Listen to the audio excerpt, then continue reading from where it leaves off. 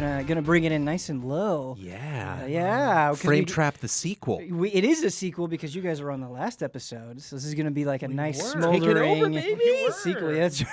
Take And it you know, over. you'd think I'd be a little nervous. You'd think I'd be like, oh man, I haven't time to play a lot of stuff. Nah, man. No, I'm ready. one of the game, and you know which one I'm talking about. One of the games that you brought, I am so happy to hear about. I think I was driving home from the last Frame Trap, and I was like, why didn't I? There was the game I played Yeah. to talk about in Frame Trap. I totally forgot about it. And now you've got another chance. Oh yeah. My guests, of course, are Michael Huber. Hello, bring it in low. Bring it in low, and Brandon Jones. Hello. I'm going to be your host, Ben Moore. On the brain today, as I was preparing for Frame Trap, I feel like I've been watching a bunch of different TV shows, and so I wanted to throw it to you guys. Like, what have you been watching? Because I know you watch a lot of movies, Brandon and Huber. I know you're like a TV fiend, and so I kind of just wanted to throw that out there. I got a See what curveball. can catch. Okay. The Chair. I don't know what that with, is. uh, I feel like Sandra Oh. It's on Netflix. Oh, okay, that's right. Yes, 6 yes. episodes, which Amanda did not know. And at the end of the 6th episode, Amanda was like, this is... Wait a minute. She's like, is it... Story's over. Wait, what? And then it's like, credits. And it did the thing where That's Netflix is like, hilarious. watch this show now. And she's like, oh, I That's guess we're done. hilarious. So good to know. Always good to check. Yeah. You know? get That was to- tricky when I was watching Korra, which I also finished recently. Nice. Where I would like... Yanni's stoked. I'd boot up just to get the number of episodes. Like, I can go to Wikipedia and check. But it's just like, I'm already on Netflix, so let me just check how many episodes there are. But I want to see the titles. Okay, 13. Okay. I do that like impulsively. I should know better. Like, I love getting on a streaming service, and when I'm into a show, I'm like, oh man, I want to see how many episodes there are. And every time I do that, I spoil something for myself. Yeah. Like, because I've been watching a lot of. I have to hold my hand to the screen to Okay. do it. Is that how you do it? Yeah. Shout out to Netflix with the thumbnails and the descriptions for the core episodes. They did a pretty good job. Like, Nice. It was there was nothing I've like thought back and being obsessed with trailers. Like I always do that. I'm always Yeah. like, we haven't seen that shot yet. You know, Yeah. that kind of nonsense. Walking Dead final season for me. Yeah? How's it been Yeah. treating you? Really nice. We're 3 deep. Yeah. This is an extended final season. This is 24 episodes, 3 parts of 8, intercut with Walking Dead World Beyond and Fear the Walking Dead. I mean, it's the end game of, It is actually the you end know. game. Yeah. And last night, actually, because I'm just so in it right now, I just went back and I watched the pilot episode. Yeah. I watched the pilot again not that long ago, like a Days couple of gone months by. ago. Yeah. Dude, one Yeah. of the greatest TV episodes, man. Yeah, I feel like the first and second episode go really hand in hand together. Yeah. Yeah. incredible. Just it's funny because I always say like, still the best Or episode maybe I'm just in my thinking book. the first episode. You know, Frank Darabont. Yeah, Chasing it it. is. It's really good. It's funny that you say it because I've been watching Fear the Walking Dead, and I'm at the end of the 3rd season. Nice. And it's been a really interesting journey. Yeah. Where like it'll reach these highs, and I'm like, this is amazing. Like I am Yeah. so invested. I care about these characters so much, and then it'll just be like total dog the shit. lowest lows, Yeah. the highest highs, Yeah, lowest and it lows will of go that show. down, and Yeah. it'll be like every decision that you're making is stupid. This feels so artificial and Yeah. forced. Like I could see you writing this like in a really weird way. Like, Yeah. and then all of a sudden it'll like turn around and it'll go back up. Yeah. But there are definitely some characters that really carry the show. Like Totally. I love Nick so much and Strand so much. Of course. I just want to say Alicia hype. Alicia is fantastic. Speaking of Alicia, I don't know if this will jog any memories for you, but the pantry. I forget. It's been Okay. so long. They're at the ranch. Yeah. The ranch gets attacked. Yeah. She leads them to the pantry. Yeah. But the fan is blocked, and so they're not getting any air. Yeah. And so she's like, okay, well, we only have like 2 hours before people start dying from carbon monoxide. Oh shit. So how are we going to do this? Yeah. And she's like, well, I know people have gotten bitten, so we're going to need people to step forward and volunteer. Yeah. You remember this? So If they're bitten, intense. and then It's- it's like, it was like traumatic. It Like, is, it's it so, is, it is. oh, what happens is just brutal. It's just in such a great spot because, like, one, you can't really replicate being invested in a show for over a decade. You just have to get there by you Yeah. know that point. And like the show went pretty downhill for a bit, and then like kind of rose up, and now is like got great again in like season Nice. 9. You know, a couple seasons like 7, 8 were bad. So it's like the biggest thing, but also like no pressure and no stakes. Like I think the thing it's is, just it's really fun and easygoing and good to watch. it really depends on when you Yeah. come into a show because I think like at the low points for Fear the Walking Dead, Yeah. if I had to wait week by week, I was would be bad. like way more pissed. Yeah. But now when like you're kind of on the roller coaster and just get you're through just it. going episode after episode, it's like I'll weather the storm, you know. Yeah. So that really helps Totally. a lot. And then I finished Demon Slayer, and I watched the first episode of Jujutsu Kaisen. I have not seen that yet. How is it? I have watched that first episode. Nice. Because my buddy's on that. Yeah. Nice. You gotta Sick. watch ReZero. It's really good. For sure. I gotta Yeah. watch more because even with Demon Slayer, I watched the first one, Yeah. and I was like, oh, it's okay. And then I got into it, and now it's one of my favorite animes ever. Yeah, So I thinking- feel like you gotta watch a few to. Thinking back to the first episode of Demon Slayer, I really Yeah. like the first episode, but Demon Slayer is interesting where I think it just is kind of goes like this. Yeah. Yeah. It gets you. Yeah. The first episode of ReZero is really strong though. Nice. I think you'll like it. The other thing I'm watching, speaking of the highest highs and the lowest lows, American Horror Story, man. Oh, I bailed on the. I made 3 episodes into the circus season, and I'm Yeah. like, I'm out. Well, Out, I yeah. I'd been wanting to watch it and forever, and I watched the first season, and I was like, I really like this, and I really liked the first season. Oh, yeah. And then I had kind of seen a smattering, like I saw a little bit of the second season, and then a little bit of 1984. But then they had American Horror Stories, which was every episode. It was just supposed to be the short, I think 7-episode anthology, maybe 6 episodes. Every episode was supposed to be separate, and I was like, cool. I'll go into this and like just watch it. Twilight Zone. Yeah. Yeah. And it started out okay, and then I got to this episode, Bale. Maybe truly the worst episode of television I have ever seen. It was like high school level everything. Yeah. The They had a lot of good writing, stuff in the it. acting, just I was like, this has to be a joke. Yeah. Like this is so bad. But then season 10 of American Horror Story just came out. I think it's 10 or 11. It's a double Yeah. feature. Right. And the first 2 episodes of that are out. And I watched that and I was like, this is really good again. Nice. It's Okay. Oh. well, and maybe it was just like the expectations were so low that Yeah. it got me there, but it was certainly a lot more interesting. And I mean, Evan Peters, whenever he shows up, I feel like he really does a lot for that show. But yeah, I've been enjoying it. But yeah, man, the ups and downs of television, for sure. As long as you stick the landing, you can have a little sloppy middle area. I'll be fine with it. It's Sure, just- whatever. Everything is like 40 to 50 minutes now, like know. every show. And so that's why, like with anime, it's like, well, if it's a boring episode, it's like 20 minutes and you're done. Yeah. So at least you have that. Yeah, I treat the 20-minute live action shows like gold. Yeah. I have like Yeah. a stockpile of them. Yeah. Yeah, definitely. Speaking of things that are relatively short in comparison to other video games, Hubert, tell me about 12 Minutes. 12 minutes. This is a game that we saw at events and stuff, and we were like, this looks really cool. Yeah. Incredible cast. Yeah. And then I saw the IGN review was very positive, but then after release, I feel like the reaction has been kind of mixed. Yeah. The longer the game goes on, the worse it gets. You know, if this was a 1-hour game, it would be like perfect, dude. Quit while like, you're ahead. yeah, like the initial. I feel like games are afraid to do that. yeah, the initial premise and atmosphere and mechanics are gripping and they're so intense. I mean, it's basically a home invasion. Yeah. Someone breaks into your house, ties you up, and is like beating the shit out of your wife, asking about a pocket watch. She's like, "What the hell are you talking about?" And then you get caught in these time loops, and you have to figure it out. You got to figure out what the hell to do. And early on, figuring those things out happens really naturally. It's so fun. You keep getting little snippets of, information, or maybe you'll discover something. Like, it's so funny. In the process of figuring out, though, are you seeing a lot of the same content over and over again? Eventually, as I said, the longer the game goes on, that starts happening. But early on, no spoilers, but like after the loop happens, you're like, what the hell? Then you can like talk to your wife differently of like, hey, like something's going on. Like you're in a, and she's like, what? What are you talking about? Right. So you have to find ways to like get more information and then use that information to solve problems.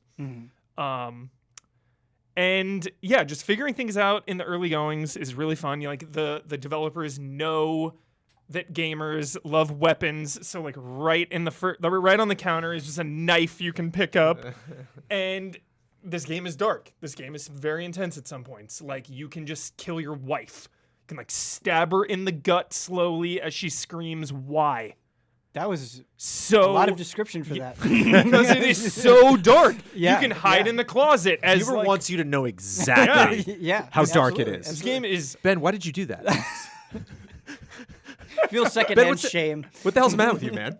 this game is Slowly, why she screams. Yeah, it's so intense. The atmosphere in this game is like Annapurna, dude, like top yeah. tier, pulling me in like no other game. Like the first hour, I was all in on this. Yeah.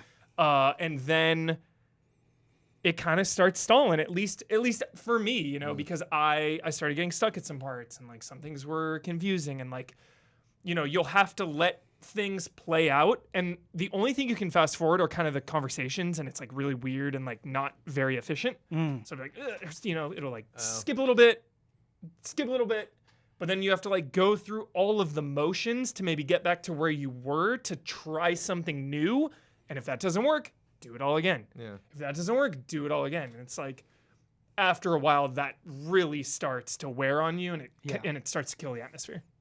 Man, having not played the game, right? So I'm just going Yeah. off of your impressions here. It almost sounds like the act of being a game kind of hurts maybe like the best qualities of this thing. Yes and no. Like, we've seen movies like this, like that premise of like, oh, like there's something going on that we don't know, like the home invasion style, Yeah. you know, what are they really here for? Because the game part of it in the beginning was so fun. It was like, oh, I found a phone. What can I do with this? Like, call 911, you know? Oh, what the hell are they going to do? Or, Sure. you know, find the knife, or hearing more information and then maybe asking your wife about certain things. And like the game aspect is really fun in the beginning because you feel like Right. you're in this loop and you can, like, that's such a cool, it's such a cool premise of like, what would you do to get out? Like, if that happened to you, you know, what Yeah. would you tell your, like, yo, Yeah. we're in a loop. We're in a time. What are you talking about? Yeah. Like, I don't know. It's cool. Yeah, don't think this the wrong way. If you told me we were in a time loop, I wouldn't believe you at all. I wouldn't. You're screaming at me. I'd be like, I can just be- imagine though that there is that frustration of like you said you were so invested the first hour and all in, and then like that interest just slowly waning away because of the format of things. Yeah. And like there's a game that we're going to talk about here very soon. Something that I really admire about Psychonauts 2 is I feel like so much of what I was doing kind of played into the world building or reinforced the narrative in a really strong way. Whereas here, it just kind of sounds like you just kind of hit a point where you want to move forward, you want to get more of it, but you can't. Yeah, exactly. And then, you know, don't want to get into any story details, but you may or may not like the resolution or like what it all is, you know, because it is a mystery game, you know. That's always the hardest thing everything about is those as it stories. seems. I Yeah. feel like most of the time, like I get really invested in those types of stories. Yeah. But they master the mystery part, but of course, just like you build so much up that when it comes to the payoff, you're just like, oh, the release doesn't match the build up in a way. And Yeah. I don't blame them. That's very, very, very difficult to do. I think in almost anything, the build up is more interesting. But, Totally. Yeah. Yeah. So it doesn't last too long, you know, it's like 3-ish. Oh, wow. I thought it would just like 6 or 4-ish. something. Yeah, it's like 3 to 5 hours or something. I think it took me like 4 or something on Steam, it Sure. said. And I'm happy I played it. I mean, Yeah. it's like we're talking about length, you know? It's like, could it have been better if they had just made it shorter? Or like if there you'd was have more questions, but you would have left on a better note. Yeah, maybe, yeah. Because again, I really liked the beginning. I loved that I played it. I'm always down for more games like this, and the atmosphere is just so solid, so gripping. Yeah, I think that's the thing that makes it resonate extra hard is I know how big into narrative type games that you are. You know, you really love the Telltale games. You really champion those. Life is Strange, obviously. And so for this to walk away kind of being like, yeah. Like Willem Dafoe comes at the door and he's just a badass and he's Yeah. like, this is the best. Yeah, how overall, how Hell are is you kind of going? that? Like Willem Dafoe voice, you Yeah. know? It's just like such a kick. How is that all-star cast overall? Great, dude. James McAvoy, unrecognizable for Really? me. He Wow. gives a good performance. I'm like, it doesn't even sound like him. Like he's doing something. Yeah. Daisy Ridley, really good. Willem Dafoe, really good. They sound like themselves. Sure. But James McAvoy does a pretty cool. I mean, cool job. man, no one sounds like Willem Dafoe. Like, Yeah. he's just such a Iconic singular voice. force. Yeah. So threatening, He's the guy that like breaks into your house. Yeah. Willem Dafoe. He's Like, just naturally disturbing. yeah, it's menacing. Yeah. It's so menacing. Just getting tied up. It's nuts. The premise of the game is nuts. You were when you're explaining this, you reminded me of the Groundhog Day VR game that I played, which had a lot of went much more the comedy route than this going the dramatic like thriller route. But Based on the Groundhog Day it's movie. a sequel to the Groundhog Day movie, That's wild. and Yeah.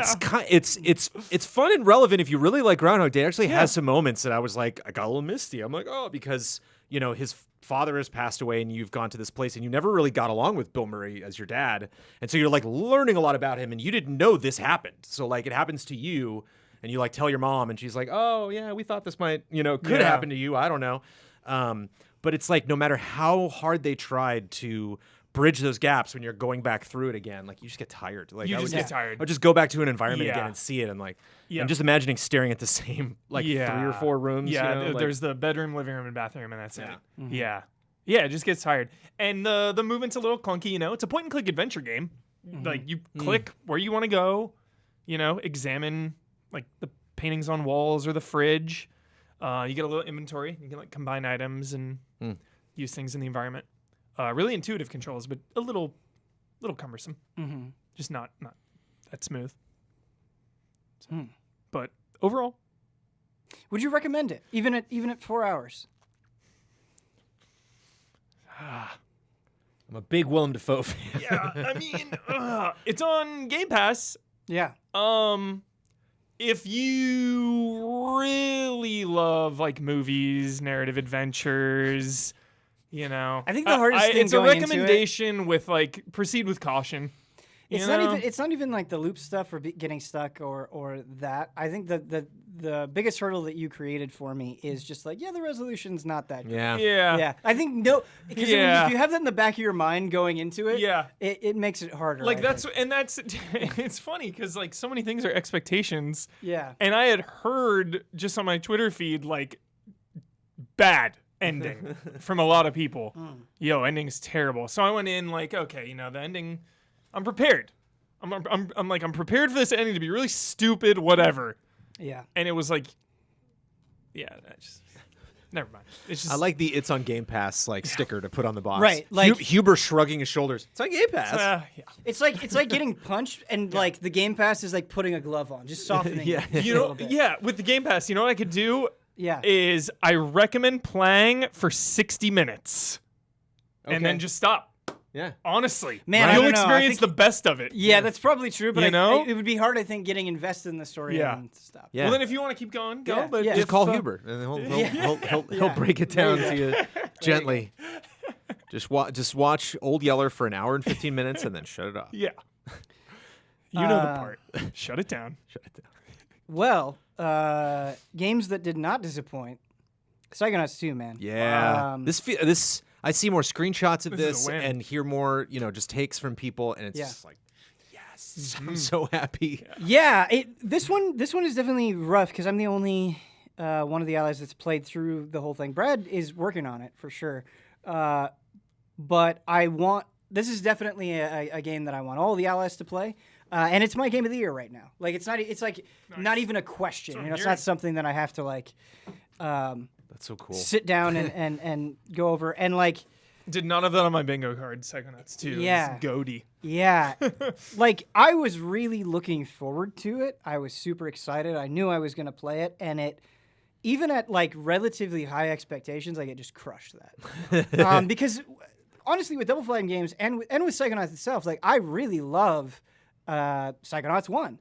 But the act of playing Psychonauts 1, kind of the nuts and bolts of it, doesn't always match, like, its kind of out-of-the-box ideas. It's a game that you play because it's so creative and fun, not because, like, this is one of the best platformers. Whereas Psychonauts 2 completely manages to put both of those things up on the same level, where it's like this plays incredibly well. You know, I think this compares favorably to a Nintendo platformer. Wow, or like Ratchet and Clank or something. Yeah, it's super smooth. I'm not saying that like it's absolutely the best. I'm just trying to emphasize that I think mechanically they've really stepped this thing up, and that is so impressive because like this game is gorgeous. Like it's so nice to play a game where kind of visually and technically things are on the same level, and it is the kind of game where it's like going into the Rio, I was like, I am going to err on the side of like capturing not enough versus capturing too much, because some of these areas are just so creative and cool. It's like it truly is like that feeling of you'll come into a new area and your mouth will just drop and you're just like, I can't believe you thought of this. And that was like the number one thing in my head is I can't believe you thought of this. And I played all of Psychonauts 1, and that game is extremely creative. But this is just a whole nother level, and I think it just works together in unison so well, where it's like, okay, the environment that I'm exploring, not only is it extremely creative, but thematically and narratively, it has a purpose. This isn't just some abstract thing. This is a thing that ties into what I am doing. And that is what makes it so fun. And goddamn, this game is funny. Like, I like stand-up comedy a lot. I spend a lot of time consuming comedy, but the comedians that I tend to be like surlier and edgier and like potty-mouthed and that kind of more adult humor. This style of humor, I would say, by and large, outside of like my love of Psychonauts, is not typically my style of humor. It's very wholesome, very cutesy, very, very playful. Puns? Yeah, absolutely. But like, it's my favorite. It's so good and so sharp that it's like it is a riot. And what I love is, you know, obviously the major scenes, right? The characters that you meet, like the major characters, all that stuff is great. Some of the funniest bits were just like me exploring the world and just being like, oh, what does this person have to say? And being like, that is hilarious. Like, that's so funny. And I think that's what really makes this game special is, you know, it's big. It's got this giant world that you can explore. There's collectibles all over the place. And it's one of the few games that I can point to and be like, there's no wasted space here. Like, this world feels thought out and purposeful in a way that makes it so enchanting. You know, I'm not just like running to get to the next thing. It's on my way to the next thing. Like, it's just as much fun as, you know, the destination or the next main quest or whatever it is. And so, yeah, I really don't have enough good things to say about it, for sure. Nice. I keep seeing just little clips in the feed, and every time I'm just like, oh, it looks so good. Yeah. Just the visuals really pop. Yeah, and, you know, when they've shown it off at, like, conferences and stuff, it looks good. But seeing it, you know, on your television or on your monitor in motion, I think really, the trailers don't do it justice. Yeah. Yeah. I think I'm most excited not only just for Double Fine, but I'm excited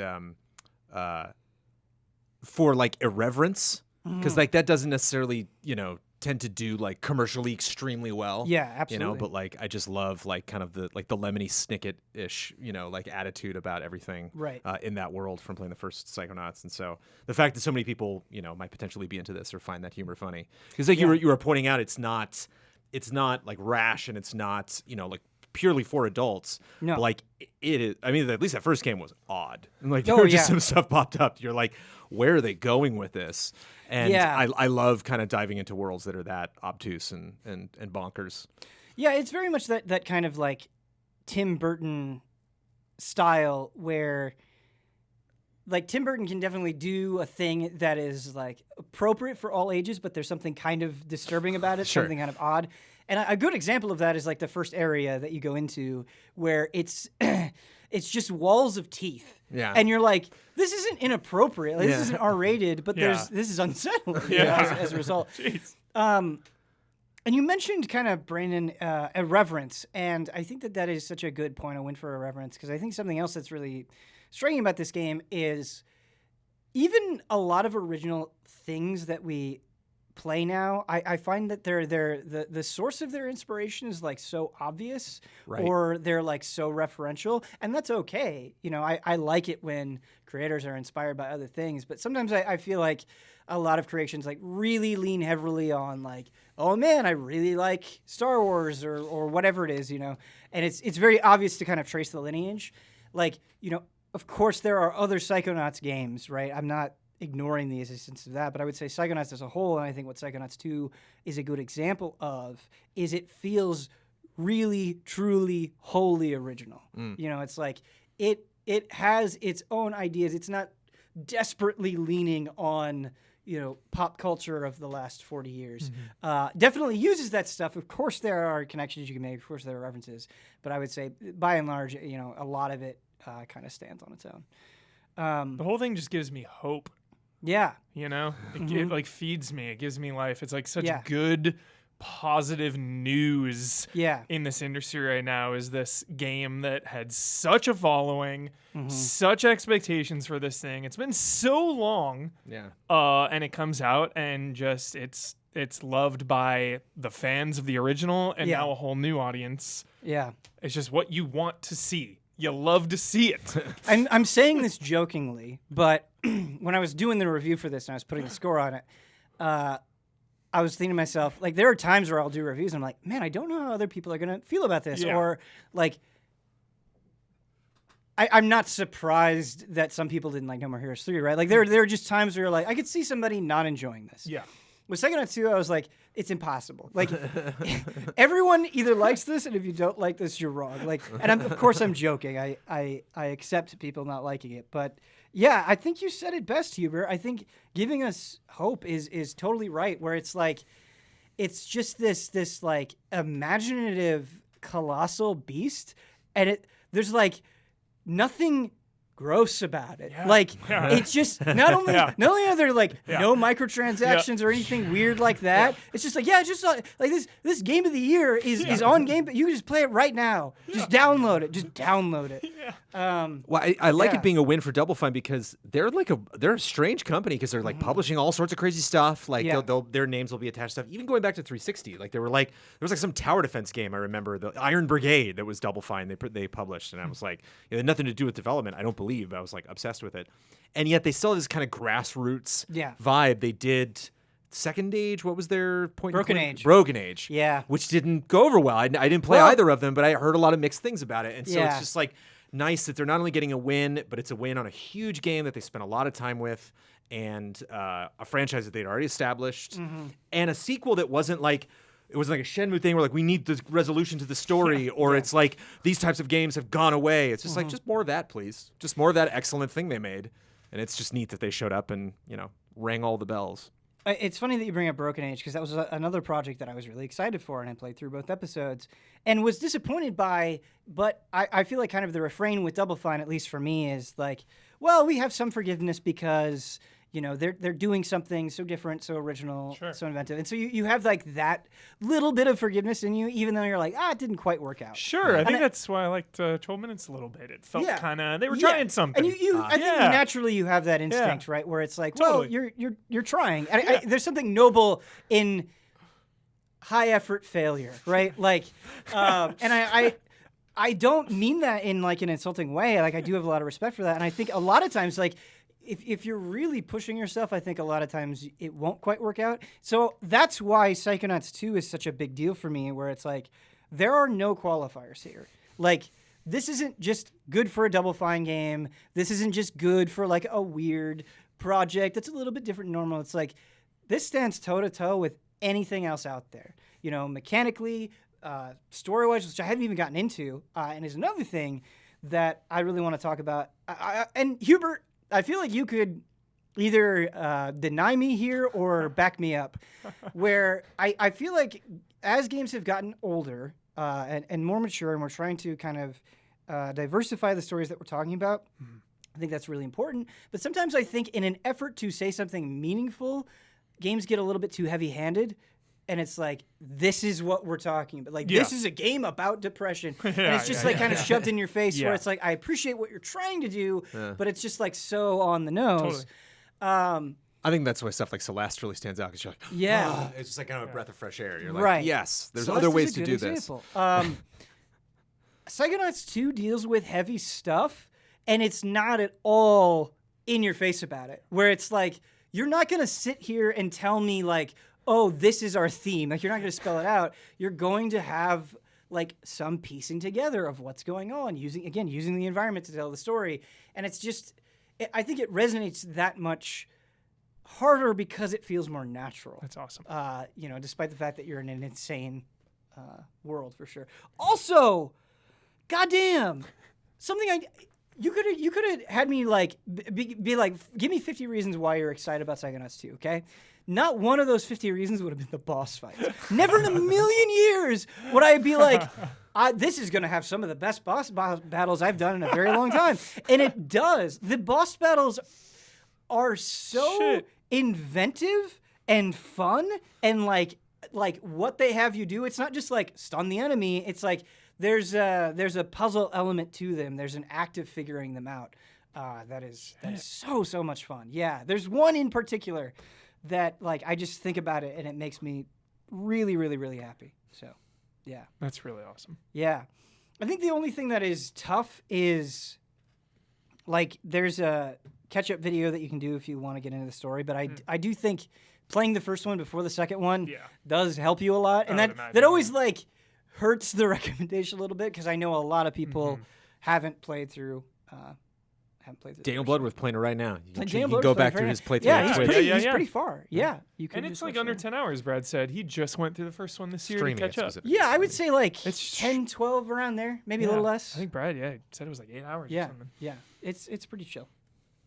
Brandon, a game that you were bringing that I'm so excited because I love this series and I try to champion this series whenever I can. That is Pikmin 3 Deluxe. Yeah, baby. It's Ben Bait. I knew it. Yeah, it is. I knew It's it when I bought it, when I downloaded it, when I played every last little chapter. And you playing every last little chapter, I think, really speaks to what I'm talking about. Yes. Huber, I thought about you because you were going to be on this episode, and it might not seem like something that is integral to the Pikmin experience, but I bounced off of Pikmin 2. I don't remember a lot of Pikmin 2. Yeah, I just played the first one. All my 100 Pikmin died with one roll of a boss. And I was like, I'm done. It was like at Those level. boss fights can be brutal. I was at level like 7 out of a 10 in a dungeon, and I would have to go back and literally just generate 100 Pokemon again to go back in, and I was like, I don't feel like doing that. But Pikmin 1 and 3. Player You said Pokemon housing. Oh, sorry. No. Pikmin 1 Can and 3. you imagine though, like a Pokemon Sure. game where you're just like you have You dozens lose of your own all of your Pokemon just die. Your Pokedex just gets hacked. You're like, what happened? Player housing, baby. Dude, in Pikmin 3? Cozy homes. What? Just because you're in this spaceship, like you're on this this Oh, planet, the spaceship. and at the end of the night, because I love time of day Yeah, Yeah, let's changes be and stuff careful. like It's that. not player housing. Yeah, Right? yeah, Yeah. yeah. That's yeah. You don't get to That's stylize it, but Yeah. there's this incredibly cozy vibe of like taking off from this planet, and then you got to wait until sunrise to get back down there. So it's really dangerous during the at night, and you're just in your little pod up in space, just kind of like Hanging out. accounting for. They all have to write their little diary entries, what they're thinking about from home, and it definitely has this like, this big business is like the villain, especially like the Olimar sections. He's just like my boss, man. He's really got me down, and they have to get enough food to like bring back to their planet because they're managing all of their resources very Pikmin 2 poorly. has And that as well, so there's like surprising kind of like undercurrent of like political turmoil. But you have these 3 different characters. You eventually get all of them, and I like the way they say Brittany. yeah. The voices are so funny, and they, how they, their personalities and how they bounce off of each other. But just that, what they added in the third game that I thought was interesting. I can't remember if the second game just had adopted the formula from the first game, but the first game is like you have this much time, period. Yes. And in the third game, it's like you can go and collect fruit, and then you can bottle the fruit into cartridges that you could use for like a day and stack those up. And when I finished, I had like 78 left or something. Yeah, it's pretty generous. It's not something you're scared of, but it's still like like when like you're like out in the world and like a little icon comes up, it's like more fruit. And you're like, Well, and it's so satisfying because like the fruit that you get, they don't know what it is, right? Like they've never encountered this before, so they'll like give it its own name. The names are really and funny, they're yeah. really funny, and like just them. having the juice and then like kind of commentating on it. It's so charming. I feel the only one of my biggest notes is there's this gal, I can't remember her name, who's at, is it Brittany? Is that her? Or what? What's Brittany is the yeah. lady. She's the one that's kind of monitoring how much juice they have. Yeah. And she like is infatuated with it. So she's like sad when she has to like, she's like, man, I wish I could drink all of it by myself. I gotta share it with my fellow astronauts. But like she says different things every time you like stock another one in the inventory, and they're not based on how much you have. I think when you get really low, she gets scared. And there's one point in the story actually where they kind of like threaten your stock, but like I wanted her at one point to be like, hey, let's check out. Well, I have a lot, like I was like, yeah, like 70, man. Like I was hoping there's gonna be one dialogue option for like when you pass some number. She's just like, we are totally fine. But it's more than a puzzle game. It's more than like all the exploration to me. Like that really is like kind of a crucial part of its survival aspects. Like I definitely feel like I am, even though it's just like the most endearing, cute, bubbly, experience overall, there still is a little bit of danger, like a little bit of scariness of different types of monsters coming in and taking them out. It's really not that big of a deal if you lose like 6 Pikmin, but like the little ghosts, Yeah. You're like, no, I mean, especially when I'm just like, okay, day's almost over. Here we go. Wait, what? And there's just one guy, and I'm like, where is he? What? And I see like where he is in the map. Yeah. I'm like, no, like there's no time to go get him. Like, well, what's nice is in 3, I believe, they added the thing where like before you had to make sure you got back before the end of the day to your ship, otherwise you'd lose everybody. But here, I think as long as the Pikmin are in your party, you're fine. Yeah. Which is trust. There's me. there's definitely there's definitely a lot of safeguards there. But there's something about I want to love strategy more than I do because a lot of times I don't have the patience for it. Yeah. But or it's just too damn hard. Like I'll play just some RTS game and just get wrecked. Of course. But like I love momentum. So I love tower defense. I love building and building and building and getting stronger and stronger and stronger. And it's really satisfying to see that kind of stuff in real time. And what's genius about these 3 characters, which is why in Pikmin 4 I'm really curious to see like how they move that, because there's not. I was like, oh no, it's gonna be such a headache juggling between them. And then when they would introduce new Pikmin, it's like, man, I bet there's like 20 different types in this game. And like, there's not. There's only like 6. Yeah. And you just have these 3 characters. And like after a while, kind of like in StarCraft, how you like start getting the groove of like, okay, you 10 guys go over there, and then you over, and you're not just focusing on one team. You have like kind of 4 plates spinning at the same time. It's neat to like tell one person like, okay, go there and tell me when you're there. And then you're like working on this. She's like, I'm here. And you're like, okay, grab those. Now go meet me over here. And you'll see them kind of crisscrossing, or like you'll be underneath a bridge and you'll see them like walking overhead. So like it's neat to see all those tactical decisions like playing out. Right. And it's a slow game. Like there's definitely, you see them pick those things up and like slowly make it back to, trying to make it back to base. But there's like a fun tension to that. Yeah. It's kind of about doing a bunch of slow things quickly, right? Yeah, because you have these days. How much can you get done in a day? Right, you have a very limited amount of time, and so it's like, yes, you're right. Like them picking up a giant thing of fruit and bringing it back to the ship, that does take a while. But while they're doing that, you need to be like, okay, we're gonna go over here and then grab this, and so like you have kind of like all of these things operating on any given map. I totally didn't need to, but I restarted like 3 or 4 days when I was like almost done with the day. And I'm like, okay, I didn't know that thing was over there, but now I do. And okay, we're like, I could have been fine, but I was just like, no, gotta go back. That process of learning is what's so satisfying about it, because like obviously as the game goes on, like it asks you to do more and more things, and you're like, oh, I'm familiar with this area now. Like I know how to get here or to go there, or like how to defeat this thing, and so you like become more efficient in spending your day just because you have more knowledge, and that's a were super the flying Pikmin process. in 2, or were those added in 3? The rock Pikmin and the pink Pikmin are new in Pikmin 3. I know okay. Yeah, so the flying Pikmin are new, because I think it's purple and white are the new ones in 2, if I remember correctly. I could be getting it wrong. But the flying Pikmin are great because like you can take them over water because they'll just fly over the water. So you go under the water, but they just stay above. Nice. But they can't go in. You need the blue Pikmin, and they hold those blue Pikmin forever because you're like I was so familiar with them, and I'm just like you're passing all these rivers. Like, come on, give me the blue Pikmin. And it's neat because the game does kind of point you in one direction for the story, but at any point you can go back, and if you like get some new type of Pikmin, you're like, oh, screw the story, I'm going back there, spend 3 days there, and just get all those, open up all those gates that I saw before. But it's also neat because they'll kind of go as the crow flies. So if you send them on an object, they'll fly it like over something, but they might not go back through an area that you've cleared. So they might be like, oh, the base is right on the other side of this hill. And then while they're on their way over there, pass by something that'll light them on fire. And you're like, no. So it's neat to like get a sense of like what's on the map and like how like there are some crazy tense like areas in the dark where like there's something like chasing you, or there's a lot of enemies you can't like really, destroy or stop. You just kind of have to like negotiate how you're going to, move around them in an environment. You mentioned like losing a bunch of Pikmin to like a boss or something, and that sucks, but nothing feels worse than when you like accidentally drown or burn a lot of Pikmin. That is the worst feeling, yeah.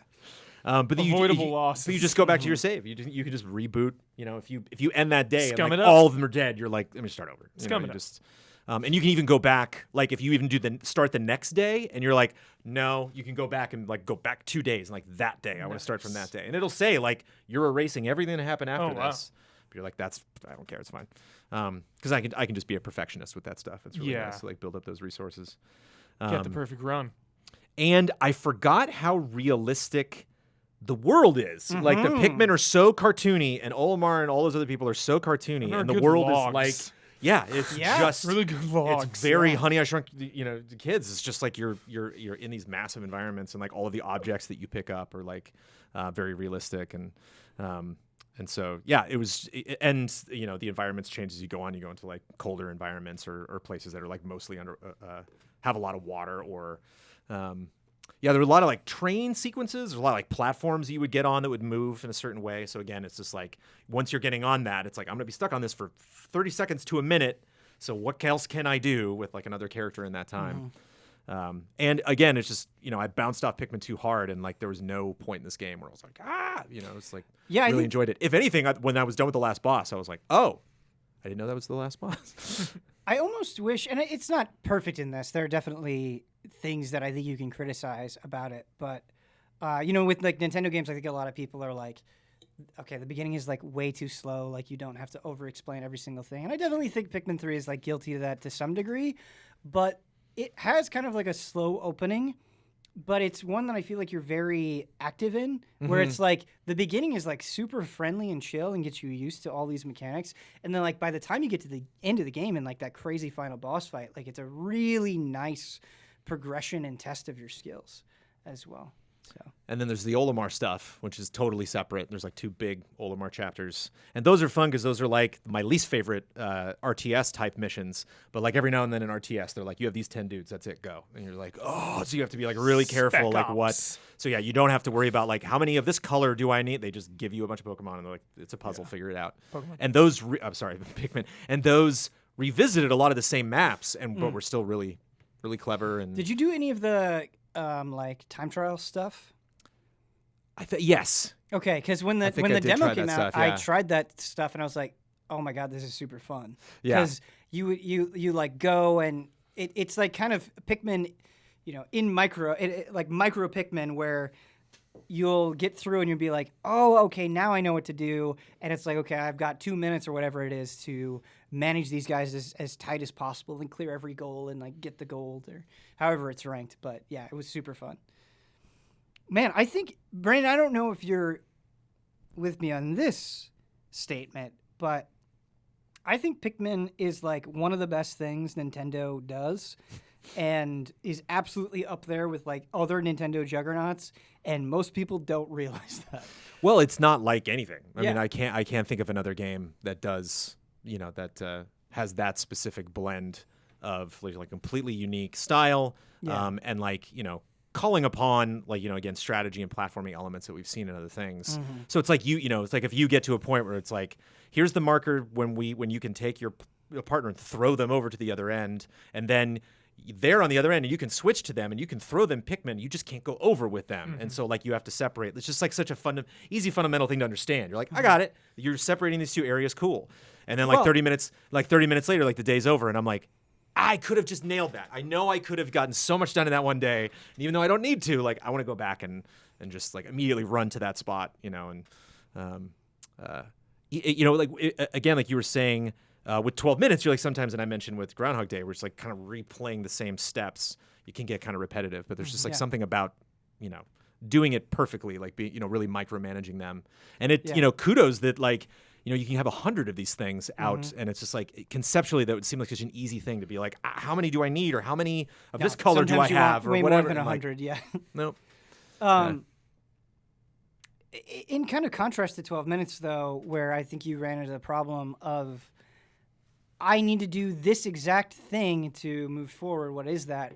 Like, of course, there are solutions to puzzles in Pikmin, and there are best ways of doing things, but I think kind of throughout the journey, you develop kind of your own play style. Like, I bet the way that you play Pikmin 3 and solve things is different than the way that I never thought about that, but sure. Yeah, I solve things and play Pikmin 3, and I love that the design of it kind of allows for that, where it's like, there are all these things that you need to do, but we're going to give you the freedom in this amount of time to do it however you want. Yeah. And like, even like the Pikmin that you bring into battle and how you use them, or like specifically micromanage them, like I do feel like there's like just a little bit of room for player expression, and I think part of that is what makes it so like absorbing, is when you're solving these things, it's not like, oh, I'm just solving it this one way. It's like, I feel like I'm kind of coming to this on my own, which is nice. I appreciate this, and I know this like steams a lot of people, especially when I check out a franchise I'm not familiar with and then telling them about my experience. But like, you can kind of beat against the limitations in this game. Like, I like that they're very clear. They're like, there are these big anteater looking things, and like, if it's got a red beak, it spits fire, and if it's got a blue beak, it spits water. And the red guys don't like water, and the blue guys, or anybody really, like the yellow guys especially, like, don't like fire. Like, they light up really easily. And so I'm like, I have a bunch of yellow guys, and there's like a fire dude, and it's like, whatever. The game's very much like, no, that's not the way you're supposed. I'm like, it's fine. Yeah. I'll do enough damage. I have 50 of these things. So it's, like even when you go up against, these natural limitations the game sets you can kind of just muscle your way past them if you need to. Yeah, that's exactly, And it's just resources, man. There's so many things. Like, the day's almost over, and you're like, oh, and you go back and you look around the corner, and it's just like some shiny thing, and you're like, what the hell's that? So like, it's hard to walk by stuff and be like, I'll get it tomorrow. Well, it's not even I don't have time. It's not even just like the composition of your Pikmin, right? You need all these different colors because they do their own thing, but the Pikmin themselves, they have like 3 different states depending either on how long you leave them in the ground or if you feed them nectar. Yeah. And so there's like different levels within the same group of Pikmin, and that's the decision you have to make, where it's like, okay, I think these Pikmin are going to die. Do I want to buff them up beforehand? Do I not? Like, just so many things that you kind of have to either think of as you're preparing for a big moment, or kind of decide in the heat of the moment, which makes it The fun. rock Pikmin shattering glass, like, never gets old. Oh, Every it's time super fun. The way they bounce off the sound. They're It's also great. super cute. Yeah. We're going to be talking about Nintendo on today's Sizzle. Get us a little spicy. Sizzled. Something I always think about with you, Huber, and I was thinking about you when I wrote this Sizzle, is that not that you're like anti-handheld, but you, among like, especially in the Game Shows days, I feel like you were less into handhelds. Oh yeah. In comparison Honestly, to a lot of the so other. much of that is because of Dragon Quest IX.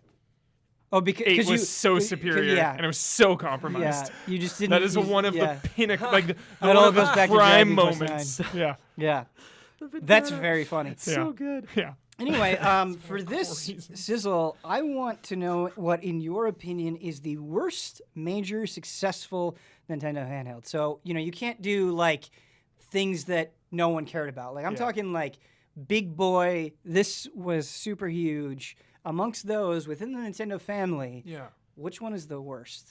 Out of the handhelds. Yeah, so we've got Game Boy, Game Boy Color, Game Boy Advance, DS. I'm not counting all of the variations within these, right? I'm talking Right. DS, 3DS. 3DS, yeah. Not counting Switch either, because I feel like that's a different I thing. mean, like logically, I would probably say the Game Boy, because I feel like games have gotten better. I and, think like, you have to keep... I get what you're saying, like for sure. logically, but like irrationally, probably the 3DS. It just like bugged me. It Ooh. just took so I like much. Yeah. this. This is the Yeah. kind of Yeah, stuff I'm yeah, fishing yeah, for. yeah. Yeah, spicy. So what, It's like- what pissed you off? It just feels like that was Nintendo's main focus, and I wasn't getting the big third party, first party, like big Nintendo console exclusives anymore. They were like that was their focus, That and then system that's was making so yeah, much and then money. that's where we are today. I feel like it's kind of this hybrid Switch. Doesn't need to look good as long as you can take it with you type of mentality. And like ever since, I can really like that was kind of when I started to fall off a little on Nintendo overall. You know, I grew up with regular Nintendo. Yeah. You know, that's the birth of my gaming, and Mario and Zelda are like they're always 10s, 10 out of 10. Don't at me. Huh. Best in the biz, Mario and Zelda. But yeah, just like Wii U and 3DS haven't really been as invested ever since. The 3DS, there's so many games that I think of that I'm like, these are just absolute classics. 3DS games that I love. You know, you mentioned Zelda. Like, I still look Link back Between on, Worlds is a 10 out of 10. I still look back on that And very Mario fondly. 3D Land. I also think the 3DS was kind of this like JRPG, like Holy Land. I wanted basically. those Like, on consoles again. Sure, I Yes, get you. Ben. Yes. But there's a lot of great stuff there. I think the thing about the 3DS that did not really resonate with me, there's two things. The original 3DS, like the very first one, kind of like the original DS, sucks. Like in comparison to the iterations that came out afterwards, I have the in Zelda terms of one. just like comfort and form factor, I think the original was not great. The flappy flap of the original DS. That was the Also- checkbook flap, which is break. yeah. I would say like a couple years. I don't know exactly how long. I don't know the exact timeline, but not too long after the 3DS started going, I just like turned 3D off and never worried about it again. Of course, yeah. And so I think like that gimmick was not that special to me. It's not one where I'm like, man, I really miss the 3D on the 3DS. That's not. Yeah. I People think had to about like the remind games. me of the 3DS. Yeah. Like I'd be Yeah. like, hey, I've been playing this game in 3DS. Yeah. It's pretty cool. They're like, you should try the 3D. You know, like, oh, I didn't think about that. Yeah. You know, Don like, loves just it. one little slider. Yeah. I'll try it out. I'm sure there are people that love it. It's I just, think it's essential though for 3D Land and Link Between Worlds. Mario and Zelda. I think the 3D for those think games 3D are photos, I so think good. 3D Land definitely. There are like specific 3D like puzzles in 3D. Yes. Speaking of 3D Land is also very good. 10 out of 10. 3D photos, baby. Yeah, I really like the 3DS. So it wouldn't be the 3DS for me, but Yeah. I know. That's why I'm saying, like, logically, maybe it's it the would, I freaking guess, Game comparing Boy. it to the Well, other the ones, Game I Boy don't know. Color. I mean, if you're gonna do like the deserted Sure. island argument, and it's just like, give me the Game Boy Color in every game exclusive to it, like you wouldn't have as good of a time as you would with the Game Yeah. Boy or Yeah. Game Boy Advance. Yeah. I think It's so. It's funny. I don't remember. Like I want to speak ill of the DS slightly, but it's like that was a juggernaut for that. I mean, that was one of the best-selling consoles. I think you forget can make it- handheld consoles or anything like that. Was DS is crazy. just- I think you can make an argument that DS is easily the best out of any Right. of them. Yeah. But I just, I don't look back on the DS as fondly as the 3DS or even like the Game Boy Advance. The Game Boy Advance, Really? my I God. wonder why that is. What- Game Boy Advance, I just play. I mean, the Game Boy Advance is I fantastic. mean, I just don't would get me wrong. not stop Game Boy playing Advance. that system. That But was I wonder why like the DS you don't look back too. on as fondly. No, I don't remember like my favorite moments from any of those particular franchises, and I think it also might have been like kind of a PS1 thing where it's like I remember like being so excited when they announced that Super Mario 64, like oh my god, handheld Super Mario 64.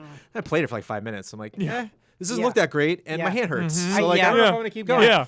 Yeah. And so there were there were a lot of franchises like I didn't necessarily need to. I played like a lot of Brain Age and Animal Crossing. Like I didn't play. Well, I think that's like- kind of the fascinating thing about the DS, even more so than the Wii, I would say, is it definitely had this like massive casual appeal that was unheard of outside of the Wii. But I think in comparison to the Wii, I think it had more deep cuts and was able to come out with kind of core games and had tremendous third-party support. Resident Evil, baby. That's all I needed to play. First Resident Evil. Deadly Silence. Are we going Third Game Boy time I Color? brought it up in the last Yeah. month. I know. That game. Sure, has I been think rough. this is the safe bet. Yeah. It is. Because again, What? like, don't you dare come after the Game Boy. I will take you to the mat for that original Game Boy. Oh, my it's one of my God. favorites of all time. Oh is the my Game Boy. God. But Yeah. but like when I think about it logically, like the Game Boy is easily my favorite out of all those because of nostalgia, because of Double Dragon, Teenage Mutant Ninja Turtles, Excite Bike. But are those really better games than Well- Link Between Worlds and 3D Land? Awakening, Like, baby. Here's my argument with the original Game Boy. Is I think in comparison to any of the other generations that we mentioned, I don't think the original Game Boy has as many like stone cold classics, but the classics that it does have are like better than most classics of most of the games. Like I think about Metroid. I'm actually not big on Metroid 2, but It's a weird one. Yeah. like Pokemon Red and Blue and Gold and Silver. Super Mario Land 2, Tetris, 6 golden coins, dude. Tetris on Game Boy. Oh shit. Popping off. Yeah, Link's Awakening. Did I already say Popping Link's Awakening? I don't know, but yeah, some of those games I think like all are right, still all right. You're reminding me of the big ones. Super strong. Yeah. 6 golden coins is 6 golden 10 out of coins 10, is dude. a great game. Yes. Yeah. Dude. I even have a lot of love. Kirby's Dream Land. 10 Not out of only 10, Kirby's dude. Dream Land. Kirby's Dream Land 2 Yes. is amazing. Yes. Yes. Oh, and the Wario Land games? Yes. Yeah. Dude.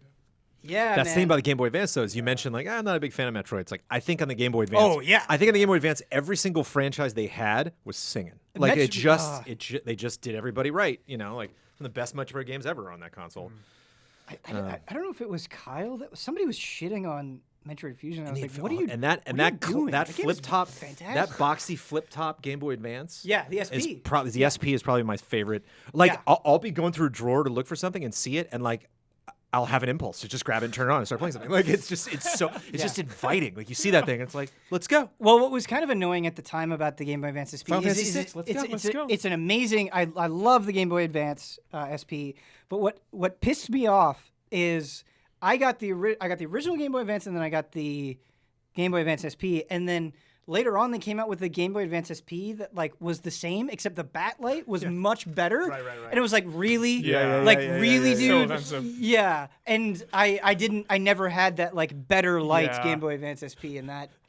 I feel like I've played the I played that thing all the most time. Street Fighter 2 ever on Game Boy Advance. That's like the version I've played the most. remember- It's so weird. I don't know why. Playing the original Game Boy version of Mortal God, Kombat. I want to play it right now. I wish it was in my hands. Yeah, Sick. this was a fun sizzle. Yeah. That's fun.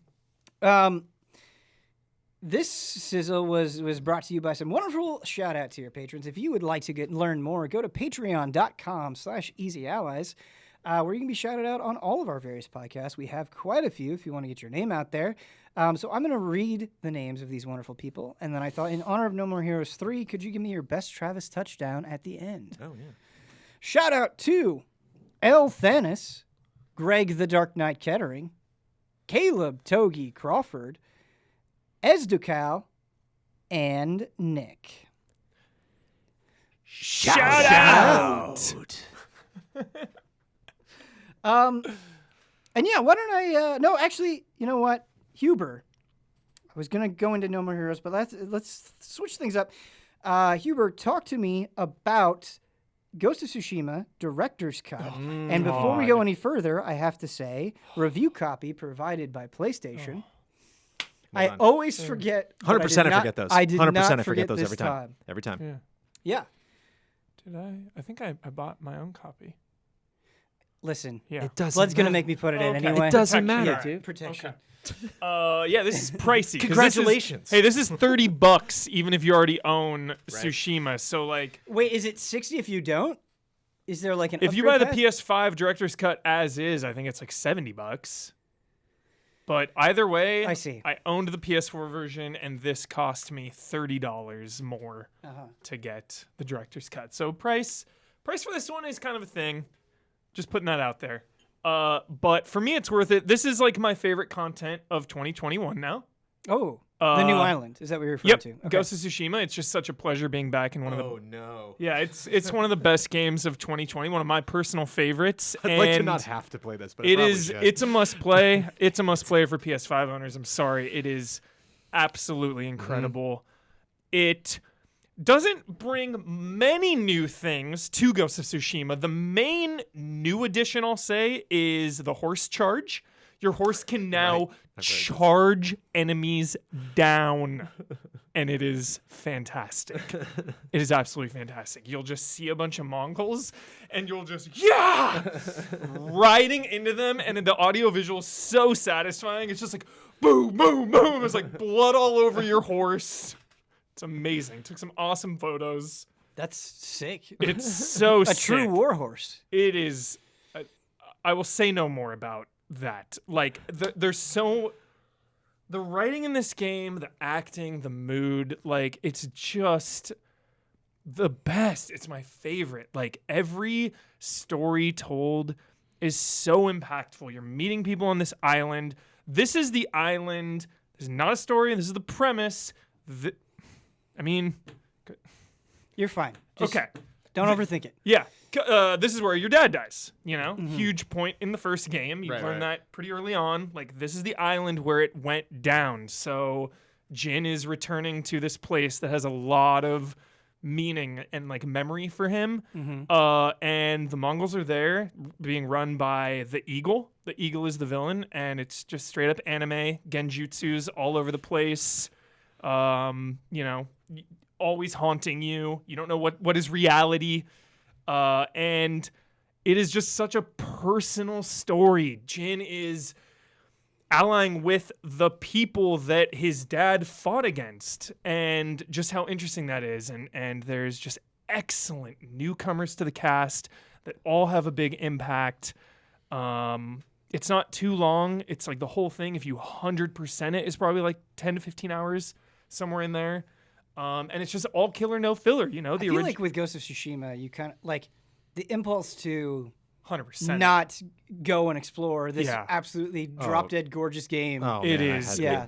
I'm just going to say, for me personally, I think it's the most beautiful game ever made up until this point in where we are in life right now. It tries hard. Yeah. It is a game that it wants you to say that. Yeah. You know, Like maybe yeah. some PC games or something, some 'Cause in Crisis or something. I don't know. In a lot mods, of games, especially whatever. something like a Gears But- of War, or, you know, like there are moments where you like get to a cliff. Or Resident Evil 7, there's one in the beginning, you know, the first like half an hour or so, or an hour, where you just, whoa, you come out to a cliff and you see a view and just like, wow, like they really, you know, funneled me into this area to give me this beautiful moment. It's the whole game. It's everywhere. It's every 30 seconds. You just turn the corner and like, Is it 60 on PS5? Yes. Damn, dude. It's free upgrade for that. That's why the 30 hurts a little more because you get the free like patch update if you have PS4 to PS5, but then the Iki Island stuff, you know, pay up. Yeah, I get what you mean about the price, but I think kind of what you're saying about the quality makes up for it. Completely. You know, if this story 100%. content is meaningful and the base game is already, you know, strong enough, then it's just the only reason I bring it up is because it made me think about like early adopters kind of getting penalized. You know, I bought the game when it came out for $60. Now I'm on the hook for $30 more. I spent $100 on this game, you know, and because I was there, that's a fair point. Day one. So that's the only reason that it's kind of weird. And pricing with games is all weird and all over the place now. So I thought it's worth a mention. But like you're saying, 100%, it's so worth it for me. Just some of my favorite content. I was starting to say that it's all killer, no filler because on the original, there's all those foxes, you know? There's like 50-something foxes. So that was actually something I wanted there's a lot of foxes. talk to you about. Yep.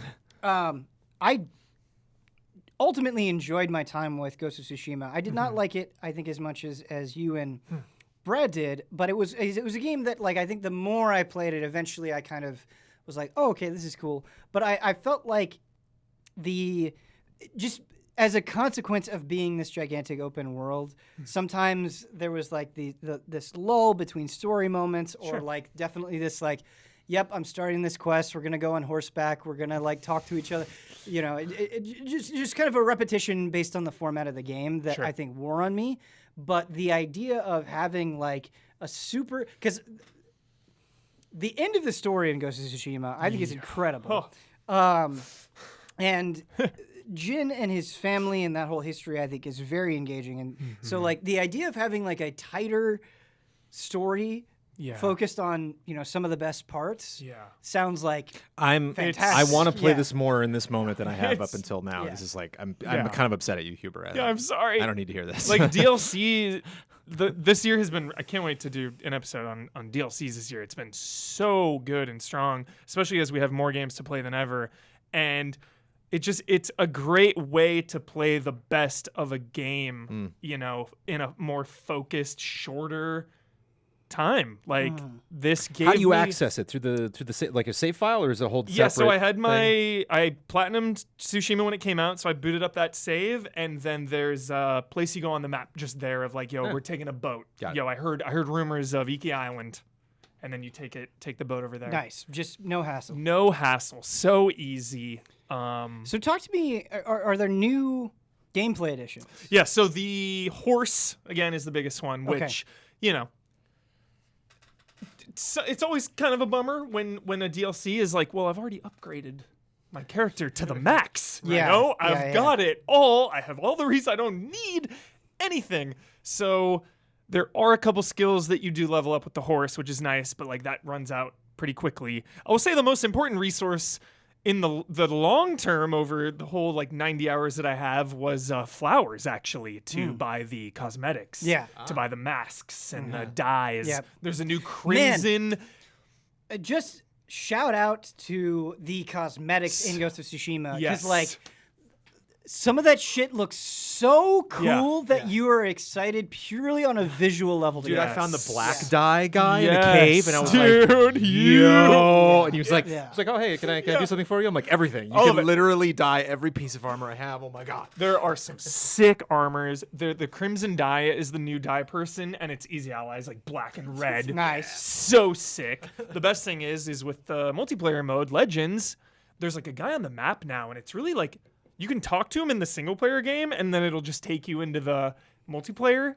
So it feels like more integrated. Dude, I need to do Legends. And then it's Yeah, so I think fun. they added that when Legends. They added that to the base game when Legends came out. Yeah, I didn't know he was on the map in the Mm-hmm, main game, but all the cosmetics that you earn in the main game can be taken in, and a lot of these new ones are really cool. It's like, oh shit, I might change my multiplayer character at this. It's exactly what you're talking about, though. Like, obviously, it's our job, and so there is incentive, especially games as big as Ghost of Tsushima, to play it as quickly as possible. But, like, it's hard, I think, when you spend so much time in a game and you put so much effort, and then, like, a year later, they're like, here's all this new stuff. It's like, Yeah.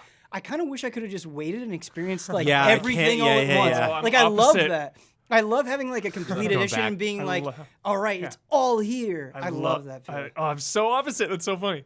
Because I just did it with Doom Eternal, and it was so nice coming Sure. back to Doom, and then now coming back to just spend more time with Jin Well- was such a pleasure. It's like, Jin, I've missed you so I think- much. I think the wound is a lot more painful because it's like this is a better looking, better performing version Sure. on new hardware, Sure, and it's sure. like this game was already Great so gorgeous. point I wish there. I could have seen it Yeah. in its purest form Fair from point. the very beginning. Well, Fair that's point, the for sure. every time I go through like my library on PS5 and it's like you got Spider-Man. I'm like, I'm not gonna Yeah, spend dude, 20 seriously. hours playing that game. Like, I'm not. Me too, John. It's so tempting because I'm too. sure it looks so good. Spider-Man. But I can't, because I played Miles on PS5. I'm like, of course, this looks incredible. Yeah. I bet that base game, get that Peter Parker Yup. really drilled in there. That's like me with Spider-Man with 2. Spider-Man, Jedi Fallen Order, and Horizon have all had those upgrades, and it's like, Yeah.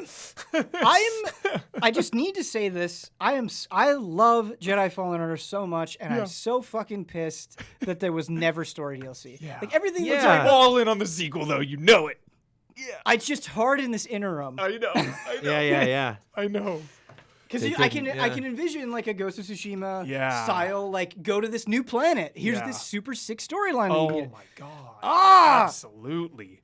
Yeah. Anyway. Yeah. Enough venting about that. Back Yeah. to So Tsushima. all killer no filler. Now there's the animal shrines. There's like 9 or so of these, not like the foxes. These are really great because these, a lot of it is like reliving the memories with you and your dad. The animal shrines, you're reflecting on your mom. So it's definitely a family affair. And the music is just beautiful. They're playing new tunes, and you have the little motion sensor with the dual sense, and you gotta play the flute. You gotta match the ball in like rise it up, rise it down, up and down, and like keep it. It's like a little track. Really fun little That's great. mini games. Nothing too complicated, but cool. There's the archery challenges, Jones, and these are tough. You'd probably nail them because you got your archer build, I'm sure, in Ghost. Right. But you find these. There's like a couple of these, and each one there's like a bunch of archers around. The locations are out of control. One of them is just over some like ravine with the lakes and the trees, and you have to shoot paper lanterns. And each one has 3 ranks: gold, silver, bronze. Depending on how well you do, you get points towards upgrading a bunch of the new charms. You can find a bunch of new charms That's how you upgrade those. Do those feel pretty powerful? My build, again, that was the thing, is like platinum the Yeah. original. My You build got was your- so me. I was Yeah. the ghost with, I was playing on lethal, so like some of my builds were, helping parry and whatnot. So I didn't mess around too much with any new builds. Gotcha. That's tough with the game when they like give you armor in the story and they're like, here's the thing. You're like, well, Yeah. how do I not wear the? It'd be so weird. Just be like, cool. Yeah. Yeah. I'm wearing my red coat. It's like, okay. There's a couple new mythic quests that are amazing. I'm not even going to say what they're about. There's phenomenal. You're getting me really excited. It Yeah. is so. It is a must play. It is Yeah. must play. If you love Ghost of Tsushima, you're gonna love it. If Yeah. you love Ghost of Tsushima, you love it. You love it already. It's so Well, that's the good. thing we were talking about revisiting these franchises you felt you were apart from. It's not like me being like, I don't know if I would enjoy that 10 hours. It's like, I know that all I Yeah. got to do is control him for 5 minutes. You're and I'm in. like, I'm back. Yeah, Like, you're they back. got me. You're back. Yeah. Well, actually, that's. So you mentioned like the joy of coming back, and I totally understand where you're coming from there. But an annoyance that I have, and maybe this is just like a weird personal pet peeve, is I hate coming back to a game and being like, I don't remember any of the controls, and it doesn't take that long. Not that long. Yeah. To get Yeah. reacquainted, but I always hate that feeling It's a where it's barrier. like okay, every game does sprint on a different button. What is it here? What's Yeah. crouch? What's all that Crouch, stuff. dude. I kept pushing the wrong button for crouch. Yeah. I kept dodging, and I was like, no, crouch. I was like, what? And it's like, oh, Well, like R3. triangle's your strong attack, right? Yeah, And like yeah, in yeah. every game ever, that's get on your horse. And so I would always like, ah! Yeah. Smack my horse. I think it's just because I play so many games so often that I run into that feeling constantly where it's like, Absolutely. wait, this was sprint. Yeah. Yeah. You just get That's And why I not pick that it's Tsushima that's every not a time. Ghost of Tsushima fault. Yeah. That's a, And then, of That course, sword swipe on the touchpad. Oh, I love that. the blood. Near the end of my playthrough of the original, they added lethal mode, and that's obviously here. If you missed that the first time around, definitely try it out. Like, stick with it for a little bit. Try it out. It's such a different vibe and a mood for the game. It's incredible, and you can just change anytime. It's so easy. The loads are instant. Nice. Like, you can be from on your dashboard into the game in like less than 30 seconds. So just the whole package, cannot praise it enough. Absolutely. awesome. Swing and a home run. Dude, I'm going to install it tonight.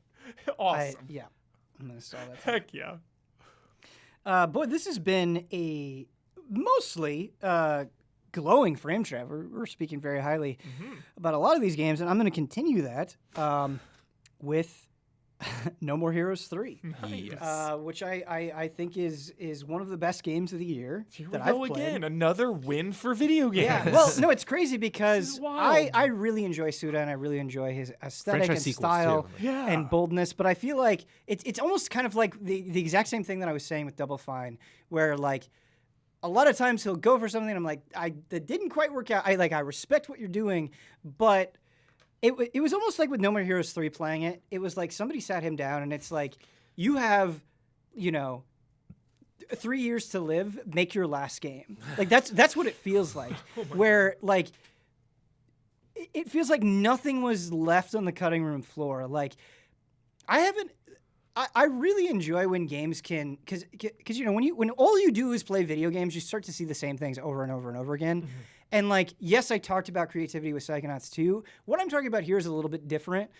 There were so many moments in this game where it's like, I can't believe you fucking went there. Like I'm talking like Metal Gear Solid 2 levels of going there. Holy crap. I haven't felt this amount of shock in terms of like, oh, you actually did that since like Danganronpa 3, Deadly Premonition, Asura's Wrath levels of just Absurdity. yeah, absurdity. And like, I talk about it in the review, and I think it is how I feel, where like kind of absurdity is Suda's brand, right? So it's like me telling you that a Suda game is weird.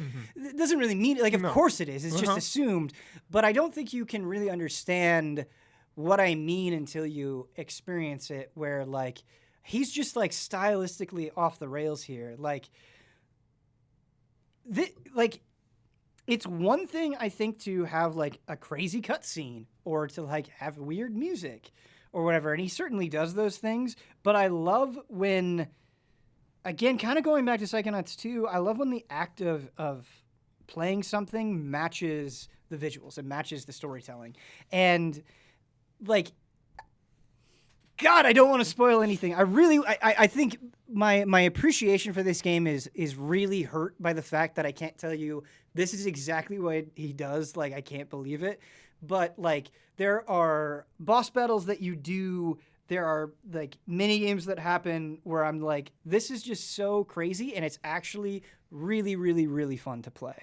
And like, he never misses an opportunity to subvert your expectations. And I think that can definitely get tiresome. I think there are definitely times where like I've felt Suda being crazy and weird, and I'm like, it's neat that you're being crazy and weird, but like, I don't care about this world and I don't care about these characters. Like, you haven't emotionally invested me into this spectacle. Whereas here, I think the story of Travis is really bolstered by how good the villain is. So this giant alien named Fu comes and invades, and he's exactly what No More Heroes needed, where like his attitude matches the ridiculousness of Travis, and they have like a more ridiculous R-rated kind of spat. It reminds me of like Dante and Virgil, but more ridiculous. And I think just having that rivalry and having this person actually feel like a threat adds a lot of drama and weight to the proceedings. And I say it in the review, but it's like, as you're kind of building up to this fight with this big villain, which you know is going to happen, you're really looking forward to it because that presence is felt so much. I think the other thing is here you've played No More Heroes. Yeah, the first one a ton. Never played the second one though. Well, I wouldn't say No More Heroes 1 or 2 are like the best playing games. I think they're really novel, and I think that the simplicity is kind of the point. That simplicity is still present here, but like, again, like with Psychonauts 2, I think mechanically it's just so far above its predecessors, where like, yes, you're still hacking and slashing. Yes, it's still a lot of like mashing buttons and stuff, but there's a tightness to it, and you have like this set of skills that you kind of need to figure out when to use and how to manage them. And the game is like really aggressive about introducing new enemies, and these enemies will attack in a completely different way, and dodging is super important. So you need to learn all of their separate attacks. And it's like, there's just enough layers of depth here that really I like. I feel like in past No More Hero games, it's kind of like, yeah, I'm like a little bit over the combat outside of boss battles. Yeah. Whereas like I was pretty into the combat from beginning to end. Nice. And I was really surprised to say that. I think Beam Saber motion controls all back? Is that... So I actually didn't use the motion controls at all. Wow. I just used the controller, and that felt fantastic. Chill. Do they encourage one way or the other? Or No, just like, no. But it supports... Yeah, it supports the Joy-Con. I'm hesitant to even like talk about that feature just because I didn't use it. Yeah. But like as a pure button joystick player, I loved it, and felt really good. Nice. The one thing holding this game back is the Switch itself, as you would expect, right? Like I think stylistically they kind of do enough here to really keep it visually interesting, but like you're just in the open world and you're just like, this just looks like shit. It performs like shit. It's just like, I'm honestly like, I'm not even really mad at No More Heroes 3. I'm just getting sick of playing Switch games and being like, yeah, if this was on another platform, like none of this would apply. And I love the Switch. I love Nintendo, but it's just like, it's just such a handicap that is so obvious. And you just in your mind, you kind of like, think to yourself, like, I wonder what this would be like on PC or Series X or PlayStation 5, and it would be a different situation. Yeah. I'm sure, like, that's not to say that, like, all the problems would go away, but you have to imagine things would be improved. Because, like, technology is interwoven into our video games. Yes. It's such a big part of it. And when the technology is, making the experience worse, that's a bummer. Yeah, and I will say that for being on the Switch, for having this open world where you can drive around your motorbike and go extremely fast, like, they clearly put in a lot of effort to make it perform as good as it could, and I appreciate that. And when you're fighting, really no issues that I have. And so I feel like they made the compromises that they needed to make to have it perform well. Like, that was a big thing about Deadly Premonition 2, where it's like, what you're you can't even do what you're trying to do. Like, this performs so bad that it's like it's destroying the experience. No More Heroes 3 is not like that at all. Nice. I saw a clip of Travis just driving like a million miles an hour and then just like flying into a building. Yeah. Just like boom. Yeah. Yeah. And it's just his reaction to it and getting up is fun. Yeah. Like, I don't know. It's a kind of game where I feel like the less you know about it going in, the better. And like, you know, it's a sequel, right? It's No More Heroes 3. You would expect it to be referential to 1 and 2. But the subtle ways that it references 1 and 2 and Travis Strikes Again, it's like, oh no, like, you really should play all those. Like, to get out of it what it is trying to present, I think you kind of need to have that history. Yeah. I think whenever a number is in the title, you know, it's not. Oh, it's yeah. not like, no, that.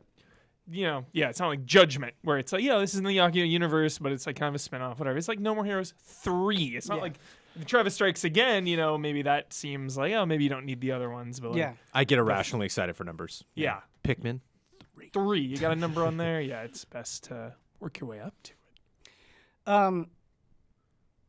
The last thing that I want to say about No More Heroes 3 is kind of like how much Suda51 like really pours his heart into this game, and I think that's what made it such a special game for me. And I think about back to my favorite game of all time, which is Metal Gear Solid, and one of the reasons why like Metal Gear Solid is such an incredibly special game to me is because I could feel the creator's passion coming through it, and that's always such a big deal for me. Love Like when you have codec calls and, you know, you're talking about like irreverent topics, it's like, no, like this guy is just like a nerd and he just wants to talk about this stuff. Yeah. Those moments are kind of like overwhelming and super endearing in No More Heroes 3, where like Travis is definitely a conduit for Suda himself, and like he's just like, isn't this thing so cool? And he represents it in such a way where it's like, I can see your like childhood fantasies coming to life in this game, and like you're unapologetic in a way that it's just like awesome, and it makes you excited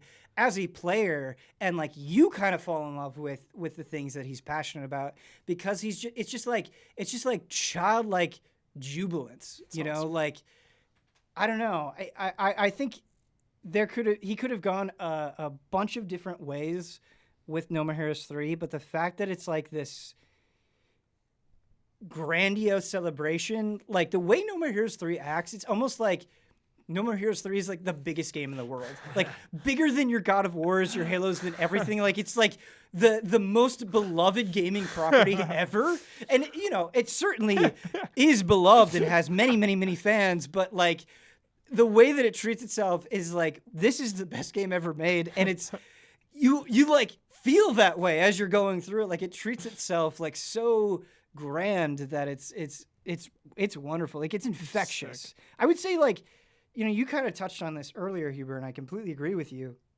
that with like Psychonauts 2 and No More Heroes 3, I really do feel this like renewed sense of hope. That it's like, oh no, like incredibly heartfelt passion projects can come out in this day and age. Still happen. You know, franchises can carry on and return. And people's dreams can come true. Like that's what Psychonauts 2 feels like. Yeah. You know, that was a dream game for a lot of people that worked on it and are now playing it. It's awesome. I remember when No More Heroes 3 was coming out, like early, no one even knew what the hell it was. Everyone was like, is it 8 games in 1? Do you remember that whole thing? Is it all these genres? Like, are we still going on bounties, doing odd jobs for cash in our free time? Is that still the general format? Yes. And so I would say something that like No More Heroes kind of falls victim to, and No More Heroes 3 like ultimately does kind of fall victim to this as well, is like you're climbing through the ranks, right? Like you do in No More Heroes, and you have to pay for your next fight, and so to get there, you'll probably end up doing side jobs. Mm-hmm. And not that the side jobs haven't been entertaining in the past, but I think they're way more entertaining here.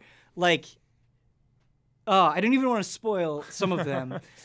but one that I will is like, there's a job you can do where it's like, hey, pick up trash around the city. And you're like, oh, okay, like, fine. But as you're doing it, you're like in this water-infested dump, and there are these bubbles. And if you run into the bubbles, an alligator will appear, and you have to do this quick time event. And if you do it, Travis will like pick them up and like slam them into the ground, right? And so it kind of takes this like seemingly super mundane thing and it adds this spice to it. And so I had a lot of fun doing the various jobs, and I didn't. The grind is like not that bad because I felt compelled to like upgrade my character and grind new chipsets to improve myself anyway, that like I pretty much had enough money to move forward whenever I wanted. So it wasn't that big of a deal. Nice. I guess maybe it'll be a different experience if you only want to crit path it, but yeah. Dreams coming true. Brandon, you love and can, I feel like, pretty much quote Aliens from memory. And we just had a new Aliens game come out, Aliens Fireteam Elite. Affirmative. Is it a dream come true? It's a dream come true to play an Aliens game that I wasn't like disappointed in or frustrated with, or an Aliens anything. Like it's not like to recapture the magic of all those movies. Wait a minute. And so it was. I mean, I'll say this: when I first saw Aliens Fireteam, now Aliens Fireteam Elite, introduced, I mean, you and I looked at each other and we're like, we know exactly what that's going to be. And let's do it. Let's go. Yeah. I feel like that's what it is. And yeah, so there was a lot. I can critique all sorts of angles of this game, but I'm happy to have it. It's. I think it does what it does. Very, very well. And were there other games, or were I in a different phase of my life, I would probably invest a lot of time into it. Certainly if I was like in high school, I mean, this is all my friends and I would be playing. Mm-hmm. The 3-player squad is really interesting. Like I could see you really, really like nailing down a trio. Yeah. And I did do a little bit of like matchmaking, just jumping in with like random people. And how did that work? It was fun. Yeah. Nice. I had a great time. Because that's the thing is it is straightforward, and I think it lacks what some people are looking for in terms of like, I could see Aliens fans being like, I just want something new. I don't want to like go back and revisit, like kind of what these, what Aliens did and what some of these other, movies and even just, sci-fi franchises tried to recapture.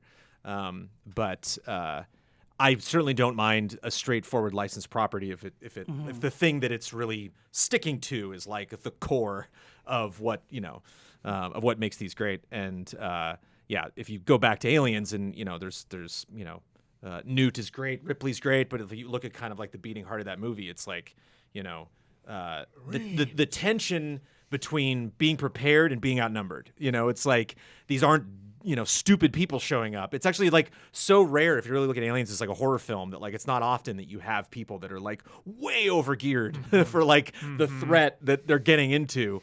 And so I think the thing that impresses me most about Aliens, more than I think about like the whole experience, is even playing something like Back 4 Blood, which is fantastic, and like Left 4 Dead 1 and 2, and like a lot of the like Gears Horde mode. I feel like I really start to get into the groove of, oh, here comes that enemy, and oh, here comes that enemy type. And so I'm going to use this type of ammo or attack or anything on that one specific thing. And then that enemy over there is totally separate from it in my brain. And I can just kind of separate those things automatically. When you're playing Fireteam Elite, they're everywhere. Like they are all over the place. They're underneath you. They're behind you. They're coming out of holes in the wall. They're like going over railings and just kind of climbing over them. Like it was... like anytime there was downtime and one of you was doing something, because we all played it together, if I would turn the corner like, oh yeah, there's one alien, I can just take out. Like they are just constantly flooding that game. Even like when we would supposedly clear a zone and then we would be running down a hallway to the next area, and I would just kind of peek behind me like there's 3 of them, just to, like making their way down. And like, so it was, I never felt totally comfortable, and that's neat. Like that, like I always kind of felt a little afraid, or just that, just that, Drake, we are leaving. That's like the whole game. It's just this like, go, keep moving. I'm like a tad bit disappointed that I really didn't begin to care about anything the story was doing. No. And like I would go back to the hub and I'm like, okay, I think the game really wants me to recognize these people and like. So I really like the storytelling when you're in the hub. You find a collectible, you can take that collectible back to the hub, and then you'll have a conversation. I like those conversations a lot because I love the world of the original Alien trilogy, the corporate Weyland-Yutani, sketch as hell, bioweapons, it's Umbrella vibes, you know? So I do like that stuff. But yeah, when you're blasting a million xenomorphs and they're like chatting away, it's like, one, I can't even pay attention to what the hell you're saying. Right. And two, it's just so derivative. It's just like, we got to find the And scientist. it's like, and it's like a kind of a double-edged, or I'm kind of like a hypocrite because, I'm just like, oh, I wish they did more with the story. But every time I go up to somebody that's like, I have a lot of things to tell you, I'm like, bleh. It's like, just give me my upgrades. I'm going back in. And so what do you do? I think there's one game specifically that I can't remember that has like a camera in the corner and is like feeding you, story that way. And you're like, that's great, but I'm not listening to anything you're saying because I'm trying not to die here. Yeah. And so it's like, I don't know how you, just as an Aliens fan, I did not go into this, expecting story. I'm like, I want those guns to feel good. I want the sound to, I think more than anything, you need to nail the way these guns sound, the way those aliens sound when you take them out. The music, which we haven't gotten to, but the music's really great. Very unusual and really brings a lot of new vibes, to the alien space, but it all feels very familiar at the same time. You actually reminded me of something I cannot stand in Muso games, despite being a Muso defender, is they will tell the story through talking heads at the bottom of the screen. I think that's what it is, yeah. While you're like fighting people, hundreds upon hundreds of people, and it's like such chaos, and it's like I can't listen to your voice. I can't read your text right now. This is a bad way of delivering this. So I don't really have a solution to that. I don't know because I wasn't really looking for it or expecting it or really kind of wanted it. Like I'm like I just kind of want to get in there. That's why I like the ones at the home base, Jones, because they tell some pretty interesting shit about like Weyland-Yutani and like what is going on with Earth and like colonization. It's like, dude, I'm kind of like interested in what you have to say here. But like Vasquez says it, man. She says it out loud. I only need to know one thing: where they are. And so that whole vibe of these Marines going in, it's like I kind of don't want to know. That's the whole point of why you would send me. It's like I just literally point me in the right direction and I'll take them out. And it was also neat that this separated it a little bit. That when we were going in, like we knew there were xenomorphs there. We've seen these before. We've our compatriots have fought them. We've analyzed them. So like I'm glad they didn't bother with that. This whole idea of like going into the fight. Huh? What are these things? Yeah. Like that would have been totally. That would have been a little silly. They kind of went over that speed bump, which was appreciated. But the music's really great. The classes are fun. I did not mess around with Medic at all. If anything, I think Gunner can kind of go. Like like none of us really. It's the one that I used two. I used Gunner and Technician, and Gunner, like the buffs that you get, like the increased fire rate is actually really strong. I think the classes are I think they're all really well done, and leveling up is like just long and deep enough. It's like you can get up to level 5 with each character, and then you slowly unlock your skill tree, and you can mix and match all the classes. So if you level up another class, you can use those skills for another class. So I found myself like kind of mixing and matching. Yeah. The grid system for the skills is also interesting. I quite like it. It's such a small thing, but I also appreciate the cooldown times, which is kind of a weird thing to point out, but it's long enough to feel consequential, but not so long that you feel like you barely get to play your class. Totally. Yeah, I wasn't waiting to get him back. I wasn't like looking at that icon again and again and again. I would just kind of like, oh, I hope it's there. It is. Okay.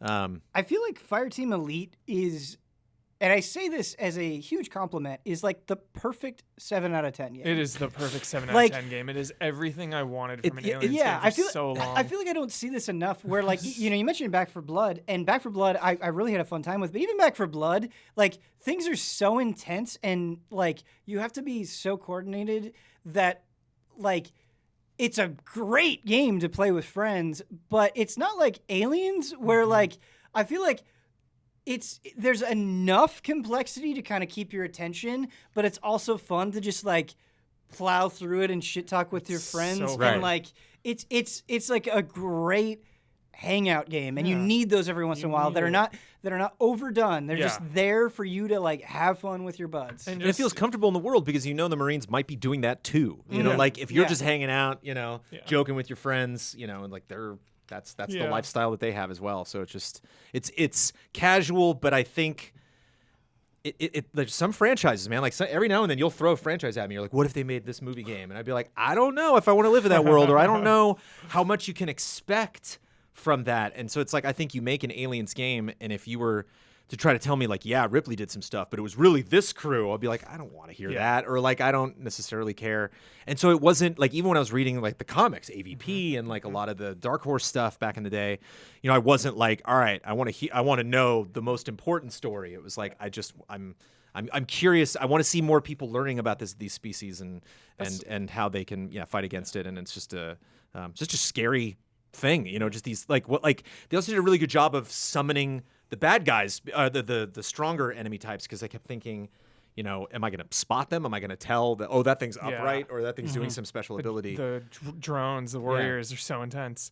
Yeah, I don't need to tell you both, like, you know how well Alien and Aliens complement each other. So I just love that, like, Alien Isolation was a slow-paced horror game, and, like, Aliens, this is what I want. Shoulder to shoulder with my buds, non-stop shooting. And I feel like it's what Colonial Marines tried to do and failed horribly at. What really excites me is the future of this game. This game is doing really well. Word of mouth is solid. Review scores are solid. Sales I saw were pretty good, like, initially. So I think this game is gonna grow. I think we're gonna see more tie-ins, whether it's Predators coming to the party, God, that'd be so whether hype, there are dude. other campaign missions, or even just little things like a LV-426 survival map. Like, the sky's the limit with this thing. I cannot wait to see what they do. So you're actually touching on one of my biggest complaints about the game is I think the customization is disappointing in the sense that, like, we kind of mentioned the skills and how we enjoyed that stuff. But cosmetic stuff, like looking through there, I would like unlock new things, and I would look at what's ahead, and I'm like, this all looks like relatively the same, and like there's nothing where I'm like, oh my god, I can't wait to get to that. And so in a game, I think where you are kind of running missions with your buds and grinding it out and leveling up, and doing weekly challenges and stuff like that. There's not gear where I'm like, oh my god, that's so cool, and I definitely think it's missing that aspect. Totally. They could add like another, like a free, not a raid, but like a free, like intense chapter where you can earn some cool things. Exclusive stuff. That would go a long way for sure. Yeah, because there's no carrot other than grinding out, like finishing the missions and leveling up to level 5. Even in the story, the environments have more of a payoff than the actual like story or anything it's telling you, or the characters or stuff. It's just fun to kind of push through because of how much that changes. And it's a bummer because if you listening or watching this and you're like, oh yeah, I checked it out and like I own it, but I played the first chapter, it's like go a little bit further because there's some neat weird stuff that they throw in there. That again, I don't know if I can fault the game for pacing out the way it does. Just because it's like specifically that Aliens vibe. It was the same thing with Aliens 3 and Aliens 4. It was just like, I don't know what you're trying to do, but it's like they did it. It's like, I don't know why you're trying to go back and recapture that magic. What I feel is the reason I'm so excited about the future too is because I feel like this game is taking all of it. Prometheus, Alien Isolation. I mean, calling out the Working Joe is coming. Like the way that I feel like everything and is the aliens interact is awesome. Yeah, I feel like everything is on the table from the whole property that they can kind of play with, and that's exciting. Yeah, well, and I haven't finished the game, so I don't know what's at the end. I'm hoping a queen shows up, dude. If a queen does not show up, I'm saying right now it goes down a point. The second batch of missions that you do in kind of like those Promethean ruins, just visually looks so cool. What are they called again? I always forget. Engineers. Yeah. Okay, yeah. I hope an engineer shows up. It's fun. It's fun to know, especially from like a film to game transition. It's fun to go through an area that you know what's going on, but you're playing someone or a group of people that's blissfully ignorant. And so it just has nice payoffs in it, and it's good to hear that it's doing well because it's I think there's maybe 3 options you can hope for with the licensed property. They absolutely nail it. It's just abysmal. Stay away from it at all costs. Or like, oh, okay, it met expectations, and hopefully it will do well. Hold. Because I don't think Hold fast. I didn't get the vibe pre-launch that it was like, man, this better land, otherwise Aliens Yeah. is finished. It was like, Low this could be stakes. fun, and it met that for me. I wasn't. I thought it maybe could be more, but I wasn't. Sometimes I play games and just all these ideas of like, why didn't they do this or this didn't seem to line up. I was going through each level being like, aliens. Yeah. It's just made me happy. Scratch that itch. There's something about just being able to load up a co-op game and like getting right in there and then just like knowing how to play and just play like you're blasting aliens in 15 seconds. Yeah. Like, you're in there. Yeah, I think that simplicity, I agree with you 100%. It's And the moment I fired that smart gun, I was like, we did the group stream. I'm like, can I be a demolisher? Yeah. Dude. It's kind of cool how we all fell into different I like classes. turned a corner and it was literally like I was watching a movie. Ben was like medium distance away and it was just like boom. Yeah. Like the alien scream. It was so perfect. That stream was a lot of fun. And a good adjustable difficulty. You can crank that if you really want to Challenge get cards are tense really with neat. it. Yeah, Love cards. No yeah. HUD. No HUD. was so intense. Get Predator in there. I don't know if Predator is coming to Alien Strikes in Elite, but we're going into HOTTAKE. I'm actually Predator's so sick. glad that you're both on this episode for this HOTTAKE, because I kind of want to talk to you about this perceived resurgence of MMOs. Yes. Where there's a lot going I on. am relevant. It's not like a it's not like a 1-to-1, but I think you could make an argument that MMOs are kind of being thrust back into the spotlight. Like 14 is getting a ton of attention for a bunch of different reasons. New World is on the horizon and has generated a lot of conversation. And you've got other things like Ashes of Creation coming out. There's some hype behind that, and so there's talk about MMOs, kind of this genre that I think has gone up and down. There's so many failed MMOs, right? Like so many. There's a graveyard of MMOs, but it seems like I've walked those graveyards. yeah. In many of those In certain graveyards. perspectives, MMOs are Your last doing Guild Wars too. really, really well, and I kind of want to dig into this, into why you think this is. Do you even agree with this? I would have never argument expected it. That MMOs are receiving a resurgence? I Do you was think it's ready a to fair kiss the thing to genre say? goodbye. Mostly, yeah. I think it's mostly. Okay, so what do you Mostly. agree with and disagree with? I think they're having a moment. But I think like pendulums swing back and forth, and kind of we are at this moment. I think obviously when New World launches, when Endwalker launches, it's gonna be super hype. But this industry's moving fast. There's always a flavor of the week. It's roguelites and MMOs now. Right. Battle Royale's a few months back. What's it gonna be next? But the reason I agree with it too is because just this one moment, I feel like, has made a lot of people who would never even look in the MMO direction taking a peek, taking a look, maybe even taking steps and entering the space. So I think it's kind of in the middle there.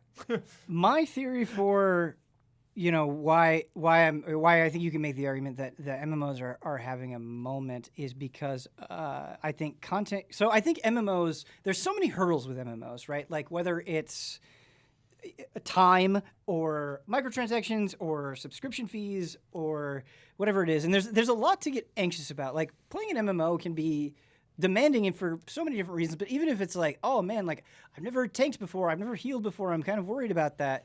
Now I think like these MMOs, these communities are so efficient that like any question that you have, not only can you like look it up, but you can see somebody go through it step by step. Yeah. And I think streaming is really a big deal. Totally. Where like you can, I think with an MMO, I've had so many moments where it's like, man, I'm into this game, but none of my friends are playing it, Oh, and yeah. like I That's feel so. the story of my life. Yeah, I've but played 10 MMOs by myself. that feeling is like partly abated turning a stream on and like just having somebody go through it. Like you almost feel like you form this connection with somebody in a way that like wasn't always present with MMOs of the past, and I do think that accounts for a lot. Yeah, definitely. You know, things are moving so fast. I cannot believe it's already September. It's just like 2021 now. Like, streaming MMOs looks different than just like 3 or 4 years ago. You know, just big streamers who can single-handedly get people invested in a game, I think is more powerful now than it's ever been. So just when a lot of those people hit up 14, that matters. That's huge. Yeah. The other thing is specifically with 14, where like I feel like with MMOs, I always care about the story, like in spite of itself. Like I like. Definitely, there were moments in World of Warcraft where it's like I want to be more invested with what's going on than I am because of the presentation, or like Destiny. Like I think Destiny has a lot of cool stuff, but I feel like I really have to like fight Destiny and do a lot of outside research to really appreciate the story. There's a 4-hour lore video that I want to watch, but where am I going to get 4 hours? Yeah, whereas like my most recent experiences with Final Fantasy XIV, with the end of Stormblood and the post Stormblood patch stuff and the beginning of Shadowbringers, like I have been so into the story, like I can't wait to figure out what's happening next. And like I've done a few Shadowbringer streams, and like things will be going on, and I'll be like, I am like as glued to this as I would be like a single player epic, you know. And like I'm talking to chat, and I'm like, wait, does this mean that? And like trying to form connections. And I don't think I've ever been this invested, like not even close, in a story in an MMO like this. And that to me, I think is like investing, like the fact that I can care so much is huge, like on top of the dopamine of course, getting new skills and leveling up and new cosmetics and all that stuff. So I agree with you for sure. I'm thinking of every MMO I've ever played, and like, you know, aside from Star Wars Galaxies, like that's kind of weird and unfair. I'm already attached to Star Wars. Like doing a mission for Jabba the Hutt is, you know, sick. Yeah. But in terms of like narrative investment, like I only finished A Realm Reborn recently, and like everyone says that's the lowest point, and it's like, well, shit, I'm invested. Like, so, but like I feel like when new expansions comes out for things that I'm excited about, it's like, oh, I can't wait to play as like this new class, or you know, I can't wait to see the new zones. Like it's something along those lines. With Endwalker, it's like, dude, I can't wait to see how this story, like this is like a story event of the year. Like I want to get caught up with Shadowbringers so bad just to experience that. And I think that that's really crazy, and it's interesting because it's actually affected my hype for New World, where like I think it's been getting a lot of buzz. I haven't played it at all, and I know like it has a lot of cool ideas, and I'm excited to see those things. But the talk that I've heard is just like, yeah, the story's just whatever. Totally. And I think like in a post 14, current 14 world, that's a little bit harder for me to swallow. Yeah, and that last delay for New World, it's been delayed so many times. This last delay was only like a month, and I'm just speaking for me personally, that really hurt. That really hurt all the momentum because, you know, I've been playing 14, everyone's been playing 14, but it like now I've settled into 14, kind of like all that excitement that was like, oh, we're right here, we're about to launch, we're in the beta, then we're gonna launch. Sure. So it's just kind of, it was really deflating, and like I'm still excited about New World, but like that month hurt. Yeah, that month hurt. It's only a month, but like, ooh. And it's always, it's such an unfair question because I feel like you really don't know until you kind of go through it. But based on your experience with New World, you know, you had some hype and excitement coming out of it. Do you think that like New World will be over in a month? I hope not, and I don't think it will be, because it is hardcore as shit. What makes it like? Yeah, and it's why is it hardcore, and is that a good thing? It is a good thing, especially for MMOs, to lean into things that the competitors are not doing, and for this, that is PvP. That is world PvP. Choosing one of 3 factions. Everyone is battling for this area. You have this sense of community. Like, it's intense. There's like player housing is all in, and I think, I've dabbled a little bit with PvP in 14, but that's not its strength at all. Right. It's funny. I've played hundreds of hours of 14. I still haven't done a single PvP match. Exactly. So it's I mean, Damiani would probably advise against it. Well, no, Damiani was just saying, and I've heard other people say like, "Oh, it's better than you think." Yeah. And so I do want to try it. I just haven't yet. Right. Not that I wouldn't ever. Yeah. So, I think New World's leaning into a lot of like hardcore niche things that like not everyone is here for. Not everyone is into this. Like if you don't like PvP and crafting, I told people on that preview I did, it's like if you don't like PvP and crafting at all, like New World's off your radar. Like take it off your radar now. There's a huge part of that game: community, player-driven economy. Yeah. And just that is so different than 14. Not better, not worse. Yeah. Just such a different moment to moment. Like just a different journey. You're on a totally different track. Yeah. I think what is so fascinating about New World, though, and this has kind of turned into just a New World conversation, but is something that kind of sucked about MMOs is once WoW took over the world, everything was just a variation of WoW. Yeah. And, for good reason, right? But it got a little tiresome. And not that this is not a slight against 14, but even 14, there are definitely comparisons you can make to the style of World of Warcraft. And it kind of, being a modified version of that template. But what's so interesting about New World is like some of these ideas where it's like you have these like PvP quests, or you can like contribute to PvP by not actually fighting, and there's like a real reliance on like team and stuff. And again, I haven't played it, but those ideas, like you said, focusing on what the competitor isn't doing, I think that's cool, where it's not just like, it's just WoW again. Yeah. So I think that alone just has me excited for that one. And then the combat is different, of course. It's more real time. You're dodging, you're attacking and clicking. Like, did you feel like it was really skill based when you were getting in fights with people, or it was messy. Yeah. Let's just say that for now. It was betas, level disadvantages. I didn't know what the hell was going on. It was messy. I need more time to figure that question out, Ben. Jones, I've heard you say numerous times over the years that like if you had all the time in the world, or if you were stuck on an island, you would love to just get like lost in an MMO. Oh yeah. Does because 14's been getting so much renewed buzz, and New World and all this stuff. Does any of this stuff like entice you or like make you curious in a tangible Sure, way? I'm really curious about New World actually. But one of the biggest, like, here comes all of my dumb, unpopular MMO opinions that nobody needs, especially people playing 14 we are want like, it. what are you We want talking it. about? We live for it, Jones. World to me is more important than story. Like if I'm not into where I'm at, like I don't care at all. Like if I'm not going into a new zone and being like, whoa, so that's why nothing I could ever possibly do in an MMO will top killing Arthas, because I was like, oh yeah, Arthas, he's kind of cool. And my friend Brent was like, you need to play Warcraft 3 again. You need to watch these videos. You need to get caught up, because we're going to be doing this, and I want you to know who he was and everything that led up to this. And then so by the time like I got to the end of all that content in Northrend, I was like, oh my God, like this is a story that's been being told for a very long time.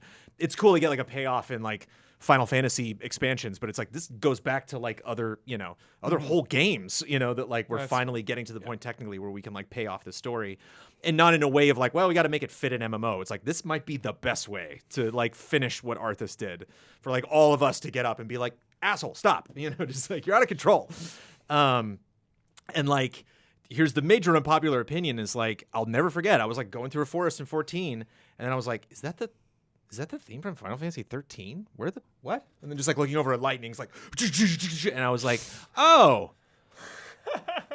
okay. And like anytime I see people in 14, they're like, I'm driving a car. I'm like, all right, okay. It's just like, 14's weird, because like I hear from people that they're like, man, I've never been more involved in this story. But also this fun little thing where like I'm riding this thing made of chocolate, and I'm like, it's tough for me when I see those commercial things to like then get back into the world. Get back on the horse. Wait a that's minute. kind of why I've drifted This away is from great. MMOs. This and is it's exciting to see something new world. Yeah. It's like it's not attached to anything else. There's no other weird characters that are going to jump in. Like they're creating a new world, and it's inclusive. It's just kind of like I go into that world and there's nothing like it. There's nothing adjacent to it. I think you're really bringing up a great and fascinating point that I wanted to get to, because I actually totally see where you're coming from. But I think 14 is actually able to like have its cake and eat it too in this regard, because you're absolutely right. Right. Final Fantasy panders the shit out of you. Like if you're diehard Final Fantasy fans, like pretty much every ally is, you'll go into it and you'll be like, oh my God, this is from this Final Fantasy or that Final Fantasy or this Final Fantasy. And I think especially in A Realm Reborn, your playtime there, that may be more appealing or more overwhelming than the original stuff that 14 brings. But I think what makes 14 such an engrossing game is it's a constant celebration of Final Fantasy, and the story gets so good, and the world, you were talking about the world, like the world gets so interesting, and the conflict, between the various forces gets so involved that like I'm at a point now where it's like, oh, yeah, I love this Final Fantasy pandering. Like, pander to me all day. I love Final Fantasy. That stuff is great. But, like, it's not why I'm in love with it. It's like the story now is so good. And you're right. There is nothing like Arthas where it's like, oh, this is going back to a totally different game. There's not that. But the buildup is so good that I think it would be evocative of that feeling for you. With like Warcraft ran through, and I don't fault 14 for adding these things. I'm not like, if I was in charge of 14, I wouldn't have made that money. It's like, make that money. Like you got Final Fantasy fans in there, throw Final Fantasy stuff at them. Like, what are you doing?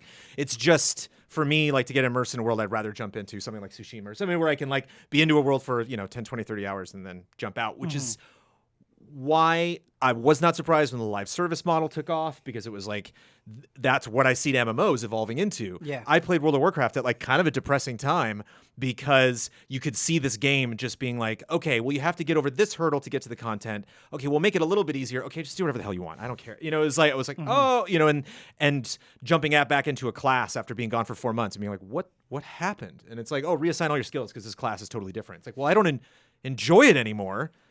But this is my class, like I can't just change, like swap these levels over to something else. Like I'm now stuck with this thing I don't like. I had a lot of friends that played Paladin that were like, I'm out. I can't. This isn't the class I signed up for. I don't know what to tell you. And so it was just this desperation where I saw them being like, how do we keep these people spending all this money? Like the subscription fee is just out the window now. It's like, no, we'll get your money different ways. And so I worry about people being like, oh yeah, the MMOs are hot now. It's like, at some point, you're going to be like, I want to bounce off of this like I comfortably do with Destiny. Where it's like, oh, cool, new expansion came out, I check it out, and then I'm good. And then I'm going to step away from this, not because I'm like boring, but because I'm like, I'm good, I'm full. I'll be back next year when you have a new thing. Appealing, that can be appealing about MMOs. I think you can absolutely play 14. Totally. Like I'm just talking about Destiny, like the average consumer. Sure. Like your average person that's like, MMOs, what's this? And it's like, wait, you're asking way too much of me. Like, because my initial attraction to MMOs is like, you live here. This is a world that you are in, and you can go and play other games, but like you just kind of dabble in those worlds. Here you are. 14, you got to commit because of a subscription fee. You got to commit. Right. You got to be on. You got to be in it when you're in it. And so that's Whereas if there's no subscription fee, it's a lot easier to like pause. See you later for a while. Come back whenever. But like MMOs will always capture a spirit of gaming that I don't get from even remotely close to anything else.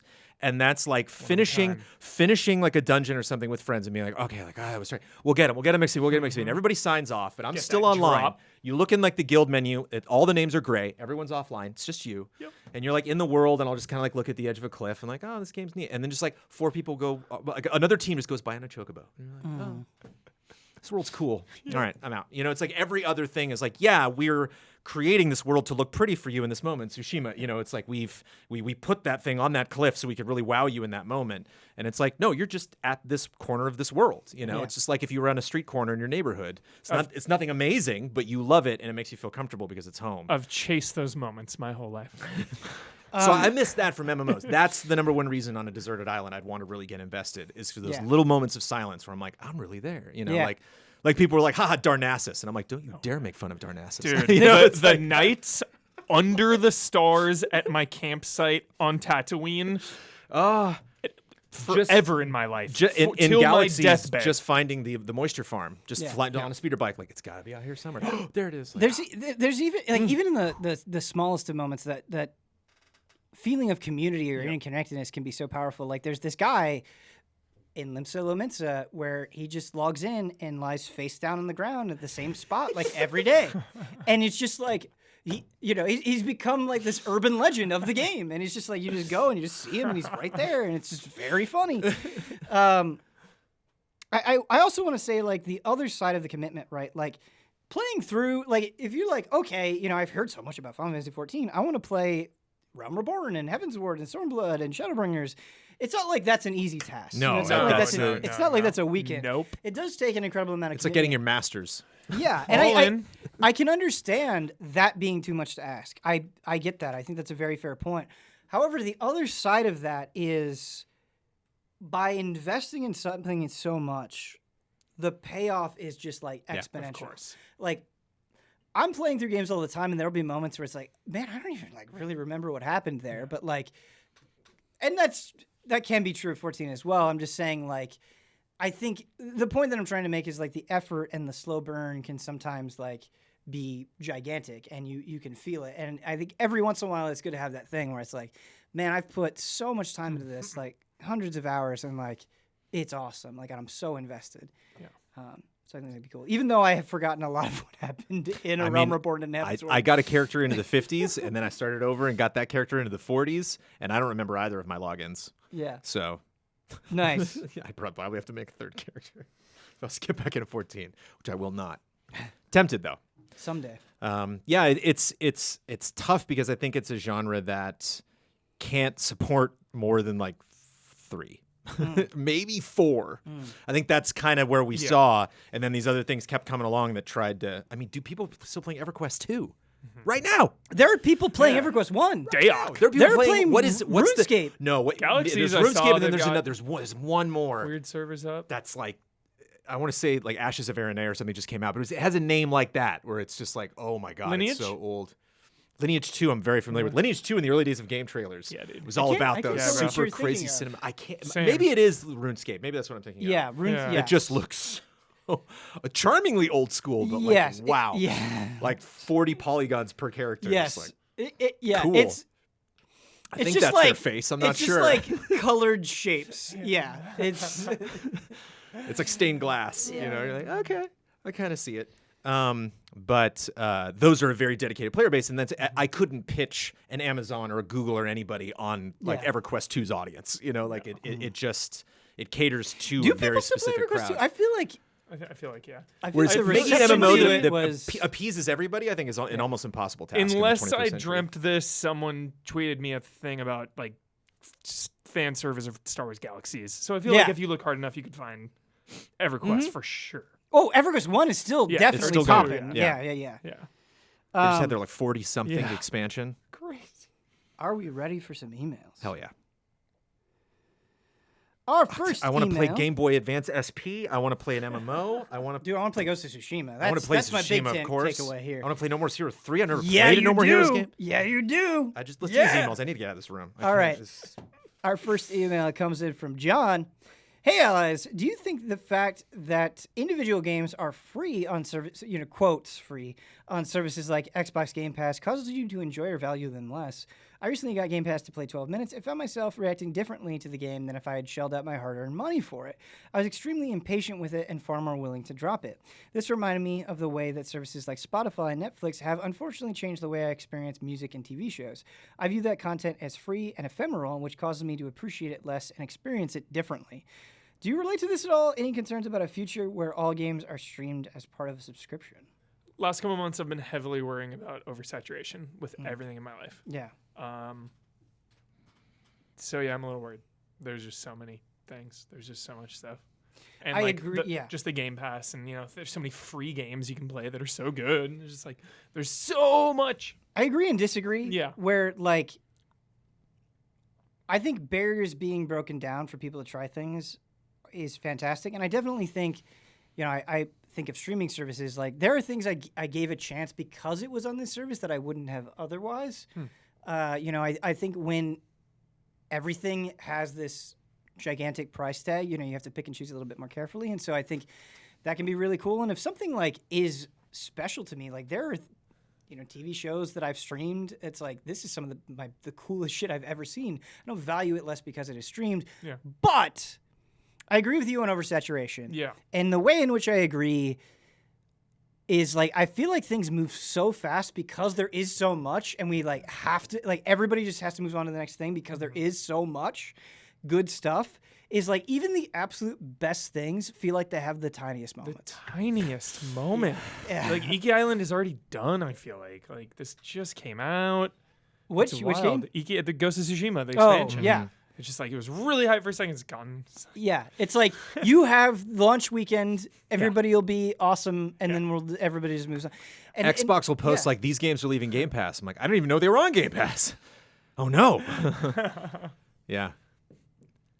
But yeah, it's at the same time, like I think if you had to tell a publisher, specifically a developer, specifically an indie developer, there are two consumers. One is super excited about your game but doesn't know it exists, or is like nervous about spending $60 on it, and then they're in 4 or 5 years from now gonna buy it eventually on sale on Steam and really enjoy it and tell all their friends they really liked it. Or there's this person that isn't really the best customer for their game and isn't going to really enjoy the game probably that much, but they'll check it out on Game Pass and tell a couple of people. They'd be like, please, anyone. Like, even if it feels like empty calories, or even if they're going to bounce off or just kind of like run into it and it'll take them 30 minutes to even realize what kind of game they're playing or whether they like it or not.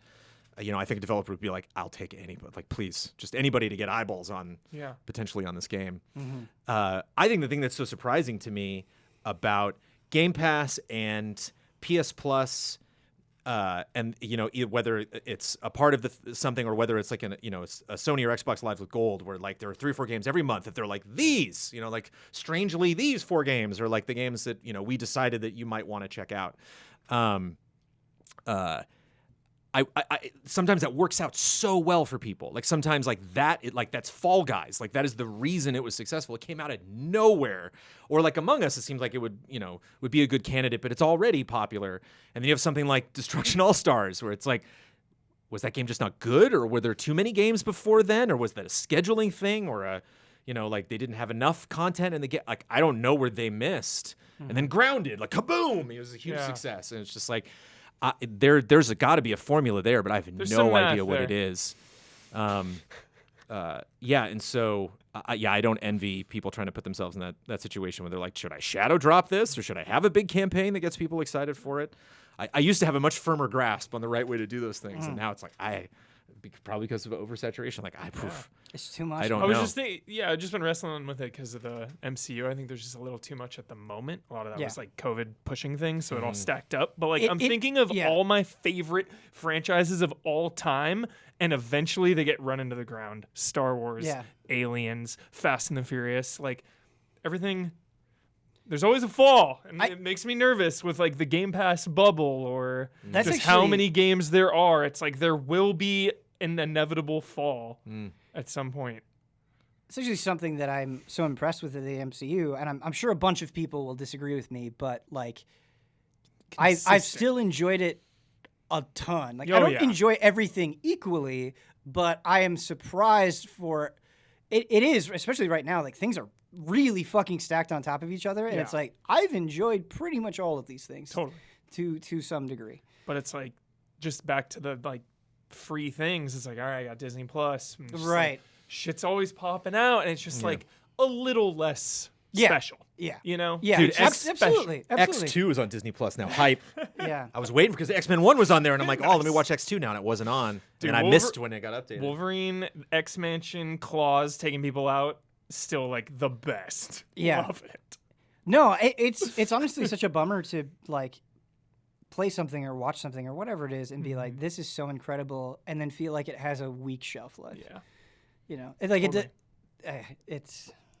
Yeah. That's why Goaties are always my favorite, because then we can like come back, really celebrate it. Yeah, I crystallize. Love that part of Goaties. Our next email, I think this is really fun, comes in from James, who writes, Something funny to think about. Howdy from Texas. So Mario Galaxy takes about 15 hours or so to beat, but imagine if, for Mario, it only took him 15 in-world hours, like half a day to watch Peach's castle get launched into space, meet an intergalactic foster mother of some star people, and travel across the galaxy to fight Bowser multiple times. What a half a day. Which games are the funniest to imagine this for? Such as like Breath of the Wild, Link wakes up after 100 years of sleep and is able to beat the Calamity in 10 hours. Sonic Unleashed, the whole world gets broken apart and reassembled by Sonic in like 15 hours. Tony Hawk's Underground, go from your home in New Jersey to be a top pro skater in 6 hours. So on and so forth. That's a good one. Yeah. All the Grand Theft Autos, you know, you Yeah. like topple a criminal empire in like, you Yeah. know, half a day. Let's wrap it up. I think No More Heroes is definitely like that, to being like the #1 galactic assassin in like 12 hours. That's yeah. funny. Yeah. Well, I think about this in terms of The Simpsons and South Park, actually, because it's one of those things where it's like, oh, how cute. They're like kind of frozen in time. You know, like time doesn't actually progress. And it's like, well, if you think about every Simpsons episode is like a day, unless specifically labeled otherwise. Yeah, it hasn't taken that long. You know, like hasn't been that much. So, but yeah, obviously, stuff will pan out differently. Final Fantasy VI, you know. 40 hours, like, oh, phew, that world's saved. You know, it's like, what? But like, it intentionally will show you, like, okay, you're all going to bed. And, you know, this is a new day. Can you imagine like Dark Souls in real time if you're like living in that world and just this like hero or whatever, hero of light, forget what it's called, just coming like killing all the bosses, just like marching through the world, just like, and then you think about speedrunning that. Yeah. Okay, I'm sorry, but there's a very particular game, nay a franchise, but specifically a game that I'm thinking of that doesn't have to worry about this at all because it accounts for every single minute. 12 minutes. Makes you feel every hour. It's a classic, but even, you know, especially between the two of us, you Resident feel every like 2 hours go by and like, or something's gonna happen in 15 minutes and I gotta be there because that's gonna happen and I can't. Shenmue. Not Majora's Mask. Majora's Mask. No. Dead Rising. Dead Rising, dude. Well, that's at least in Sunsets. the first two. Yeah. That sunset. Then No, they I'm were talking like, about oh, the that first time game. mechanic The was- first game specifically. When that sun rises, when it's the Dude, next Jones, day in Dead yes. Rising, like, whoa. Yeah, Actually, dude. We Majora's gotta finish Mask this is game a- up. Is a good pull. Yeah. Sure. But that's why those games have such an impact because it's like it's just totally bonkers. And it's not only just time, like it's interesting playing I wanted to get Valheim at some point into this episode. But it's funny how some things in games are very realistic and at the same time you're holding like 4 tons of items, you know, and like when so it's interesting like what games, you know, it's not just like this is real and this is not. There's like all these different layers of like, you know, things that we're used to in real life not being represented at all the way they would actually, like how fast humans can run or jump or put on outfits, you know, like You know a lot what we take for granted. game series is really funny to think about in the context of this question is classic Mega Man. Because you have to defeat all of these robot masters and you just select them from a menu and it's like, okay, you're there. And then, you know, they'll have like an entire elaborate fortress for you to go through and it'll take you like 15 minutes. Yeah. Yeah. That's funny. Yeah. Mega Man works really well. And then you're just like locked in a square against them at the end. It's a fun question. This is a fun question. He usually is fun questions, so thank you for writing in. Last email comes in from James. Hey, Ben and participating allies. First of all, I want to acknowledge a shocking moment I experienced pertaining to the playing of the original Skate via Xbox One backwards compatibility. I've been playing and enjoying Skate before running into P-Rod's Hubba Gap Challenge. This challenge involves performing a nollie 360 flip and a grind on the aforementioned Hubba.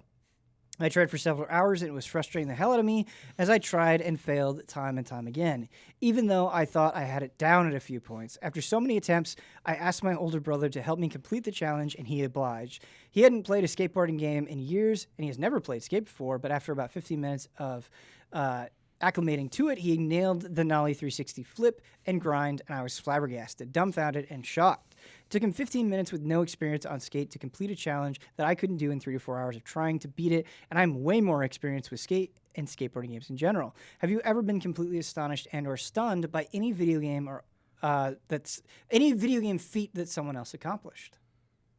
All the time. I'm in awe of speedruns. I'll tell you one that is among the allies. So Zelda 2 is an extremely difficult game. And I've played through all of Zelda 2 on 3DS, which fortunately has save states. But it's just an extremely hard game. But watching Damiani play that game and treat it like it's baby's first video game. I mean, Damiani with all this. Super Mario Bros. 3, Mario Bros. 2, Mario Bros. 1. Yes. You can apply the Damiani situation. It's like he's playing piano. To a lot of games, but specifically like Zelda 2. it. Like, Zelda 2 is a cruel game. Yeah.